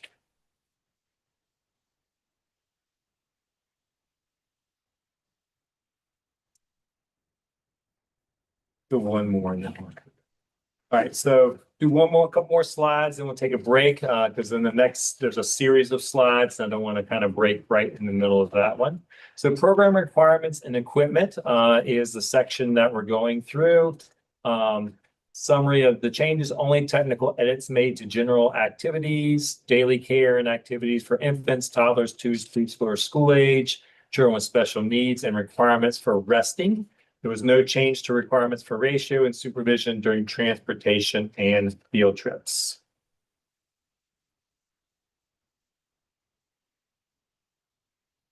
Slide 55.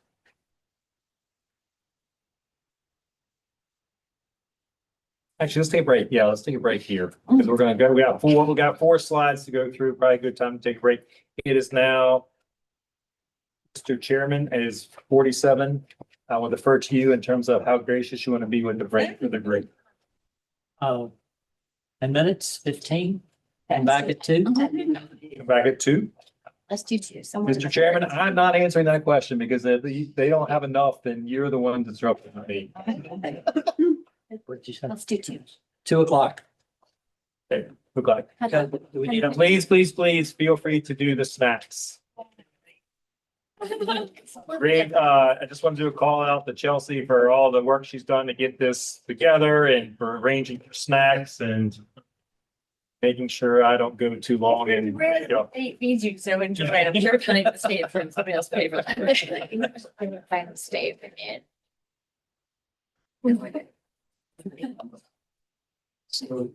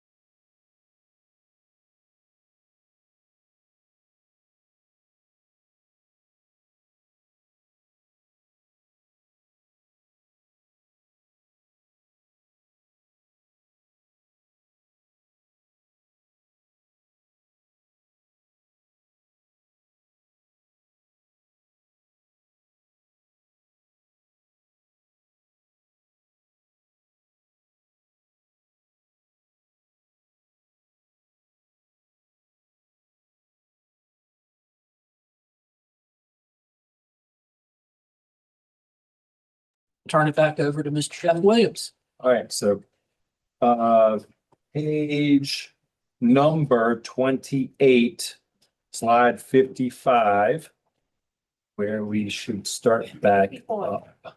54. Slide 54? Yes. An overview of slides 55. So slide 54, yeah, so we're on part 6, program requirement and equipment. So we did have some substantive edits made to the requirements for parental engagement, parent communication notification, play furnishings, equipment, materials, toys, swimming and wading. We only had technical edits to prohibited actions, linens, tools, and equipment requirements, and no change to parental agreements and requirements for cribs, cots, rest mats, and beds. So kind of an overview of the next 4 slides. And now we are on page 28, slide 55. So there's 4 slides that we're going to go over regarding this section. The first one has to do with parental engagement. Edits made to clarify that termination policies need to include requirements for the center and families. This was just a clarification that was made. Slide 2 of 4 has to do with parent communication and notification. Based on overview of the changes amended based on public comment that there are injuries that happen that require no plan to prevent reoccurrence, i.e. the child was running around, fell down, broke his arm, and it is not good policy to have them not run around. Language add to specify that this is needed when the injury is related to a hazard, policy failure, or training need. So when there's a targeted, oh, here's a way that we can improve, then we will improve it. Revise this requirement to differentiate between reports made to the department and what needs to be reported to the parent, because those can be very different. Includes situation in which a child's whereabouts is or was unknown to be reported to parents. So there's a requirement that is a lower threshold to report to parents. And when it gets to a certain higher threshold, it's also to be required to report it to the department. Full disclosure, if it's reported to the parents, we'll probably get a complaint and it will get reported to us. But there is the higher threshold of worse situation, for lack of a term, higher risk, then you're definitely going to need to report it to the department as well. Slide 3 of 4 for program requirements and equipment, substantive changes, has to do with play furnishings, equipment, materials, and toys. Edits based on public comment. We align with current requirements and alleviates the hardship of washing these items weekly, even when it is not soiled. It was a requirement that kind of added some extra things there that based on public comment, like, yep, that's probably more reasonable. Slide 4 program requirements. Overview edits made to subdivision 3 in response to public comment. Clarifies that the requirements specific to lifeguard training apply when the lifeguards are contracted or employed by the licensee. Can't control that which we don't have, it's a license like at a pool or something like that. This requirement is when the lifeguard is contracted or employed by the licensee. Questions about program requirements and equipment transitioning.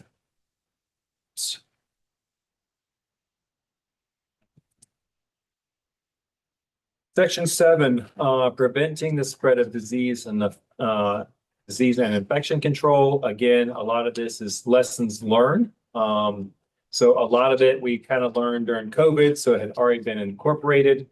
But based on some public comments, we've done some substantive edits made to requirements for hand washing, diapering, and toileting. Only technical requirements to the prevention and spread of disease. Good job, work group. No changes to toilet training.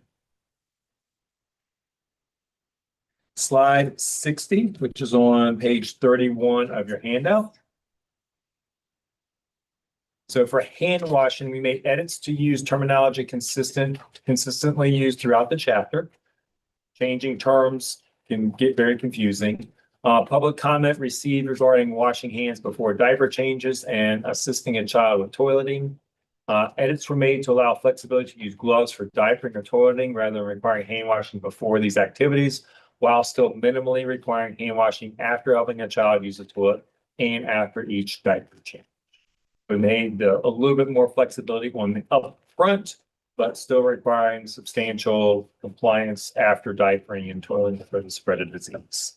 We know this is a key place that we got to keep on top of providers, just there's a lot going on in those moments. Slide 2 of 2 regarding preventing the spread of disease and infection control. For diapering and toileting, continued, made edits to make it clear that children must also be in sight and sound when toileting assistance is provided. Move the requirement related to using changing surfaces from subsection 3 of subsection D to subsection E, because subsection D is specific to diapering areas. Additional edit made to clarify that children younger than 3 who are toilet training do not have to be changed on a changing surface to promote independence, foster autonomy, and ease the transition to using the toilet. So we kind of basically, the in-between toileting phase, learning to toilet is a little bit of a unique situation. So trying to give some flexibility and clarity to that. Questions, concerns, comments before moving out of preventing spreading disease and infection control? Can you say the additional edit here is not in this language, or is in the language? So we're about, adding, like stand-up diapering? yeah, we're going to add, You we're are. adding that. Okay, great. Thank you.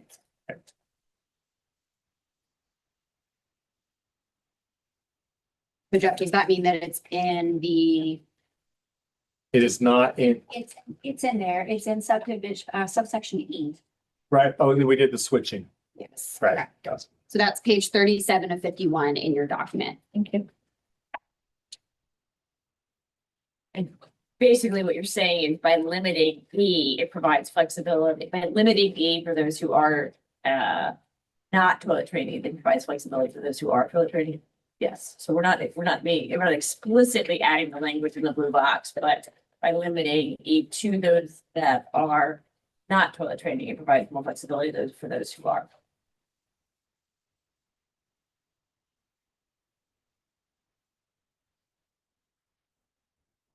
Slide 62. So we're transitioning to medication administration and topical skin products.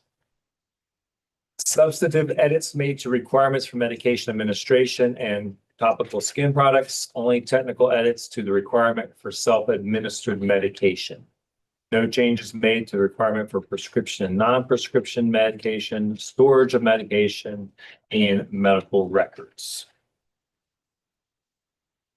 So we have 3 slides related to this.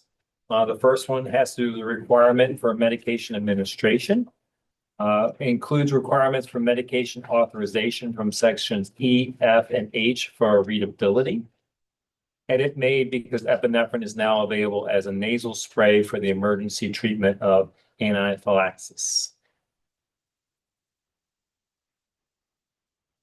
And as technology changes, you got to make sure kind of our regs change, and this is one that needed to be named.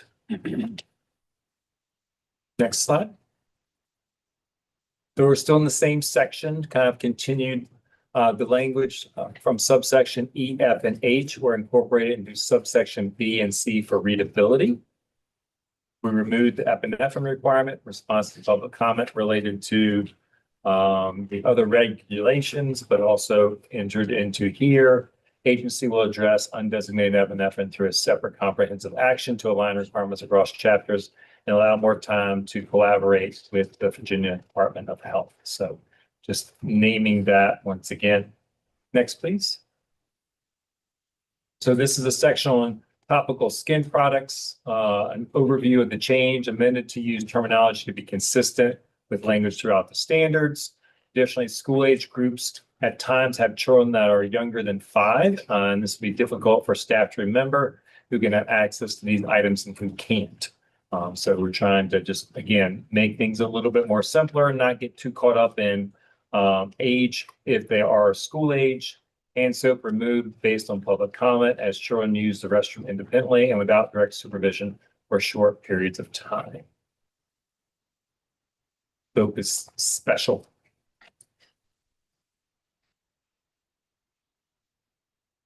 Questions, thoughts, concerns, part 8, medication administration.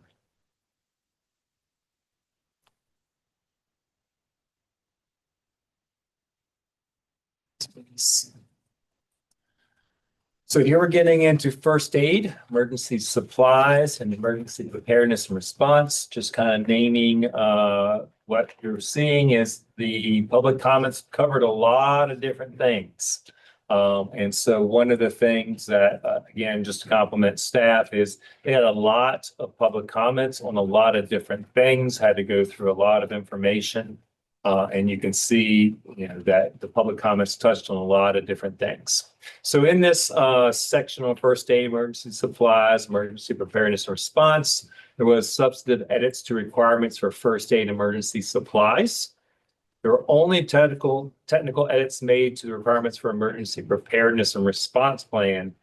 And there was no change to requirements for emergency response drills based on what, again, we had reviewed back prior to, the first set of draft regulations.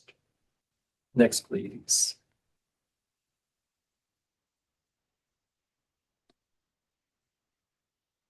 So in the section first aid and emergency supplies, the requirement for first aid instructional manual was removed. Partly it's a lot of folks go for information on their phones and it's there, and do a quick search is probably a faster way to respond to something than to finding the manual, looking it up in the index, switching to that page, reading the information, when most folks have it right then and there. And also we don't know how old that manual actually could be. The administration of first aid should occur based on training received rather than on an instructional manual that had been outdated or not included covered skills in the training. So we want training that's going to be more up to date to also override an outdated manual. Next, please. Oh, sorry, anything before first aid, emergency supplies, anything on that section to follow up on? Part 10, special services. So this is including nutrition and food services, special feeding, field trips, transportation, animals, and pets. So in summary, substantive edits were made to requirements for nutrition, special feeding needs, transportation, and requirements regarding animals and pets. And there were only technical edits made to the requirement for field trips. So there was 4 slides that we're going to be covering in this section. So we're on slide 69. This has to do with nutrition and food services. Drinking water is required to be offered at regular intervals regardless of temperature. Therefore, the initial intent of subsection E is already met. So we struck that out because it's already being met. Edit made to require food and beverage containers brought from home are labeled with the child's name, which is consistent with terminology used throughout the regulations, just kind of clarifying things.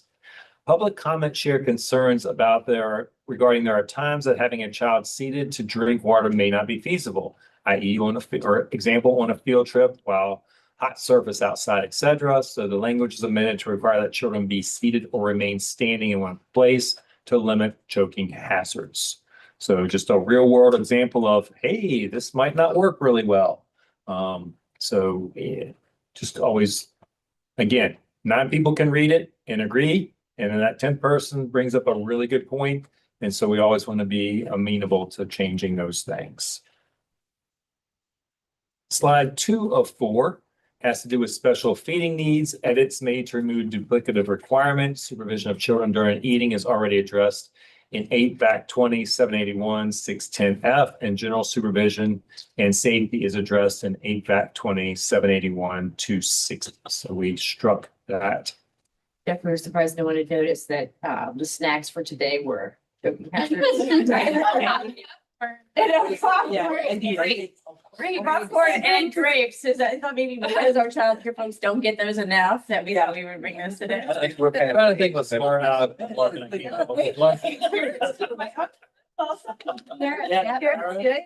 So all of your and all the tip you get. So we were asking this, we've been taking pictures of you eating. Use it to blackmail you all.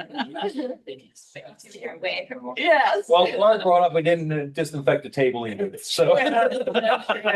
No, true. We will exit if there's a fire alarm. I just want to let y'all know. Next section here is, yeah, next one, please.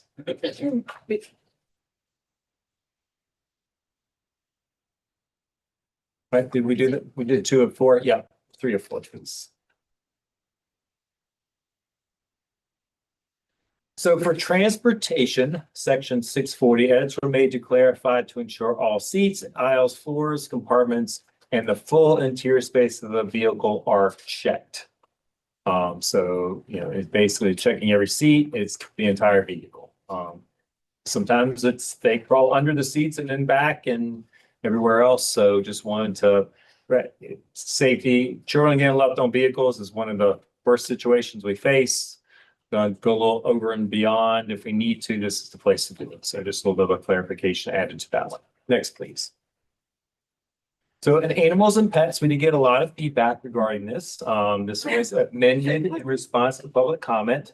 Removes the reference to access to certain animals with the intent to provide clarity while retaining the safety requirements that classroom pets are allowed and children do not come in contact with certain animals. Lots of feedback, so we felt that this was kind of a good middle ground that we kind of kept things. And if a provider is bent on having contact with animals, we can always consider a allowable variance with that section there. And yeah, and this is again kind of about the classrooms itself. Number next slide. Not all I want is, but. Part 11, evening and overnight care, substantive edits to require to requirements for evening and overnight care. We're on slide 74, which is on page 37. The requirement was for evening and overnight care. The requirement was originally included in section 290, which describes rest time and rest time ratio requirements.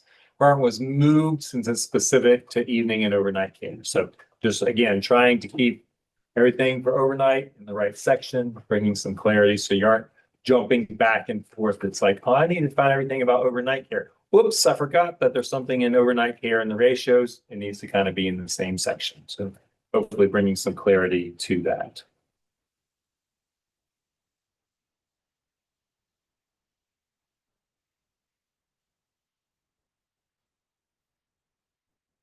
We'll pause for a second and let y'all realize we're on the last slide.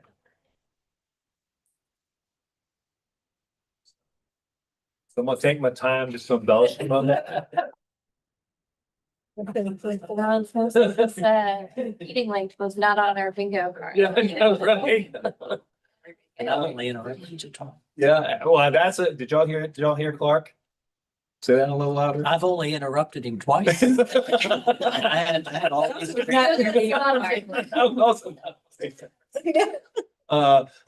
Part 12 here, therapeutic and special needs programs. There's quite a few requirements here. So this part is entitled Therapeutic Child Day Centers and Special Needs Child Day Centers.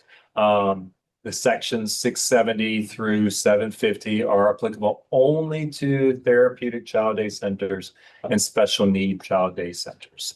So there's no substantive change. There were technical edits to each section to update terminology from therapeutic child day programs and special needs child day program to therapeutic child day centers and special need child day centers. We're just trying kind of a language change. So before we go to the next slide, are there questions, comments, concerns? What do we need to maybe go a little bit more in depth in? We went a little bit, we're going fast. We were running the race and you're like, wait a second, I missed something.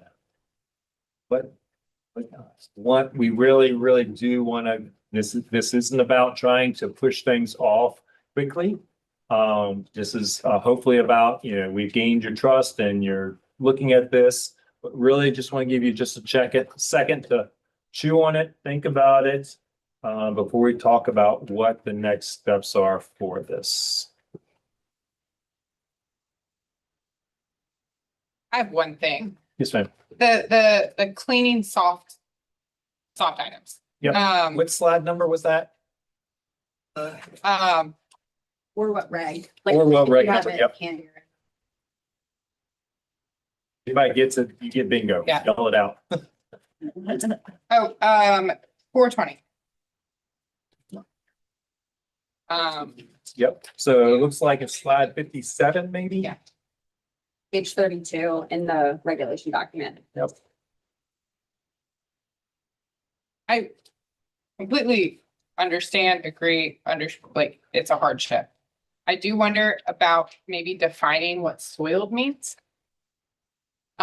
Because my thought is, a doll ends up in a mouth, it dries, it doesn't look soiled, but should likely be washed. So that's a kind of.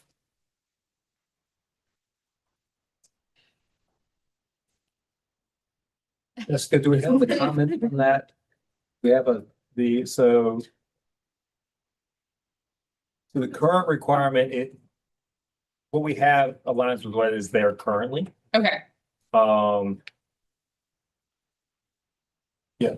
422 also requires items used by infants to be cleaned daily. Yeah. So if you look at 420D, was it D? Yeah. Oh, sorry. C. So just to kind of, toys and materials used by infants shall be cleaned and sanitized daily or more often as necessary. So, but what I think I hear you say is toddlers and. Yeah, we have. All those. Yeah. It's in your mouth. Or like snot, sometimes it's not visible. Yep. I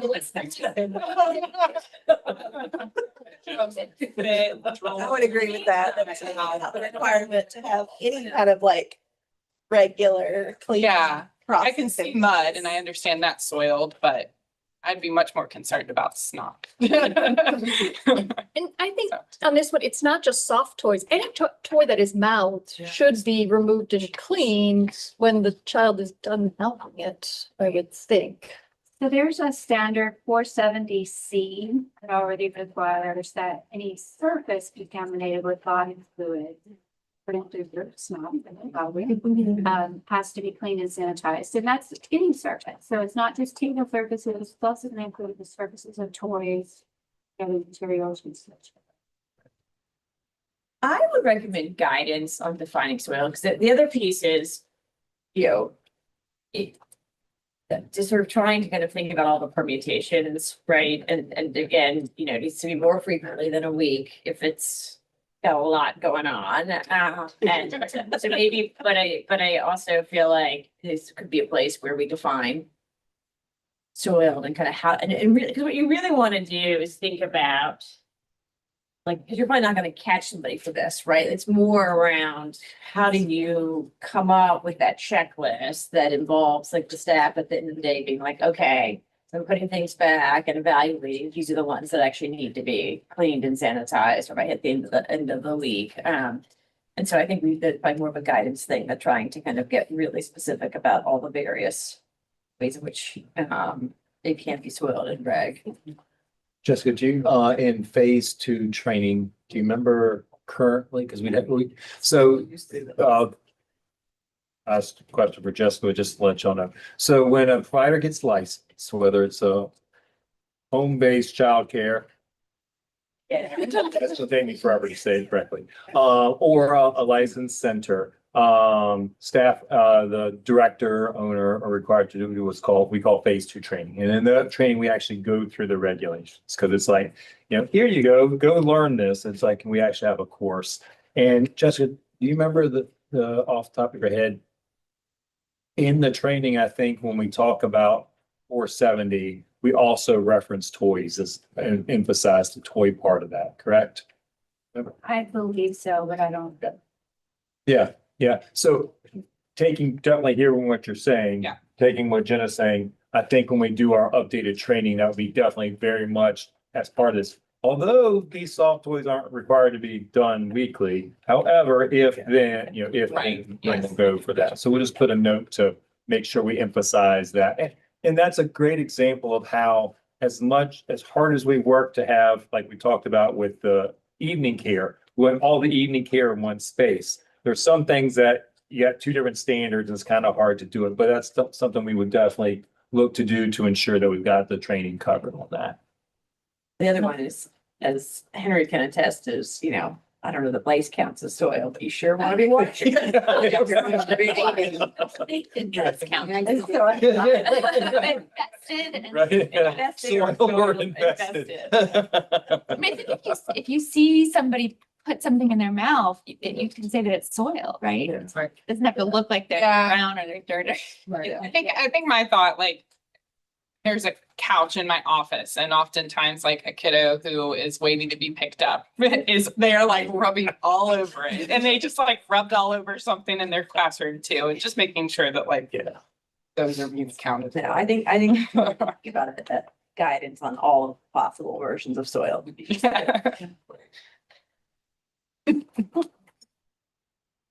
Anything else before transitioning kind of the next steps? Next slide, please. So on slide 77, we kind of talked through the next steps regarding the Board of Education. One of the things you'll just kind of notice, we don't have a lot of dates here. And the reason is once we kind of go through the next couple of steps, things are out of our control and there aren't nice hard dates that are set before. So the next step is once we get, we'll talk about that here in a second, endorsement by this group to make that one change that we talked about. The board will complete, so we will endorse it. The board will complete the first review of the final regulation on June 26th. The second one, hopefully, and final review will occur in August of 2026. So basically, there's a two-part process, and some of the other staff can probably explain it a lot better, but they do a first review and then they do a follow-up review. Once that's done, the Office of Attorney General will review the final regulation, attesting that we have the authority to do what we just did. Well, it's already gone through there once, so hopefully it'll go through there quite quickly this go around. Once the OAG approves, executive review will be initiated and the governor must approve before the regulation moves forward. There's a couple of variables in there that it will probably get reviewed by Department of Planning and Budget again, because there's enough changes. Sometimes they decide they want to, sometimes they can look over and say it's good. If the governor approves, a 30-day final adoption period will open. ECAC and providers will be notified when the adoption period opens. At the end of the adoption period, the regulations will become effective on a date selected by the DOE. So that's kind of key, because if you remember with the general procedures, we did a pretty quick turnaround. Partly was because there wasn't a lot of training needed. Most of it was administrative in nature. We had the training, we were able to offer it. It was like a month or so after the adoption period finalized. This one we foresee a need because we got a lot of training to do. It's a lot of information. We don't want to just do a one and done because that's not going to lead to successful implementation. And we really want to make sure we have a successful implementation. So theoretically, this is a risk. Hopefully by this time next year, we might have our new regulations. If we do it sooner or greater, we need to be careful. We can't, because a lot of this is just kind of outside our control, but just to kind of give some reasonable expectations of what we see kind of going on. So we'll get an effective date. We'll work backwards. We will provide training for staff as well as providers on what's going to come up. Our goal will be to share a lot of the same training because everybody's hearing the same thing. And it's like, oh, no, I know what you heard and that's not what was said. And just for accountability purposes, transparency purposes, and then to maximize resources. So if you want to know more about the kind of regulatory process, we do have the link up there. It's in your PowerPoint. And so with that, I give it back to you, Mr. Chairman, Okay, to vote to get an endorsement. I'm drawing this out for dramatic purposes because once done, sure you're not drawing it out to keep us here till 4 o'clock? No, we don't need to stay here. once done, this is pretty much out of our hands. Okay, very good. Except for any kind of backroom dealings you have with the secretary's office or governor's office or OAG or DPB. You know all my tricks. Okay, Jeff, thank you. Outstanding presentation and hats off to your team, the work that y'all done since we talked about just before. Very impressive, very impressive. Okay, we are asking ECAC today for an endorsement of the final draft of final standards for licensed child day centers. Licensing number VAC 20-781 dated today, 5/21/26 with one edit, which was in chapter 781-50, and this had to do with children's records as far as parents providing proof of child's identity, and that was the edit that was on the slide. So is there a motion to approve these with one edit? With Jennifer with a motion, is there a second? I second that motion. We have a second. Any further discussion? All in favor, please say aye. Aye. Aye. Aye. Accomplishment. And I would like to share very quickly with the group. I have worked in licensed childcare in Virginia for 38 years now. I have probably seen the passage of probably 10 licensing manuals. I bet, Jessica, you could probably get a number of how many licensing manuals have been. I will tell you in the 90s, it was a 3-year turnaround routine. Every 3 years, a new one came out. Sometimes there were minor edits, sometimes there were big overhauls, but it was a pretty consistent every 3 years, relearn the wheel. And, you know, I kind of like this 10-year plan. But anyway, I've seen a lot of licensing drafts come, and this process has been outstanding. I've never seen such a very fair response to public comment than the department has been doing throughout the past 5 years. It's been outstanding. So hats off to your team. Anything else on our agenda? All right, so you start with Cheryl's? I'm just kidding. Home-based childcare, let's do it. Now, right now. Oh, we're starting the next one. Yeah, we're all here. No. Not yet. Is there a motion to adjourn today's meeting? So moved. Have a motion? Is there a second? Second, all in favor, say aye. Aye. Thank y'all for y'all's help. We will see folks in September, which feels like a long ways away. I'm sure we'll see many or most of you between now and then, but have a wonderful summer. if we don't see you. No, right?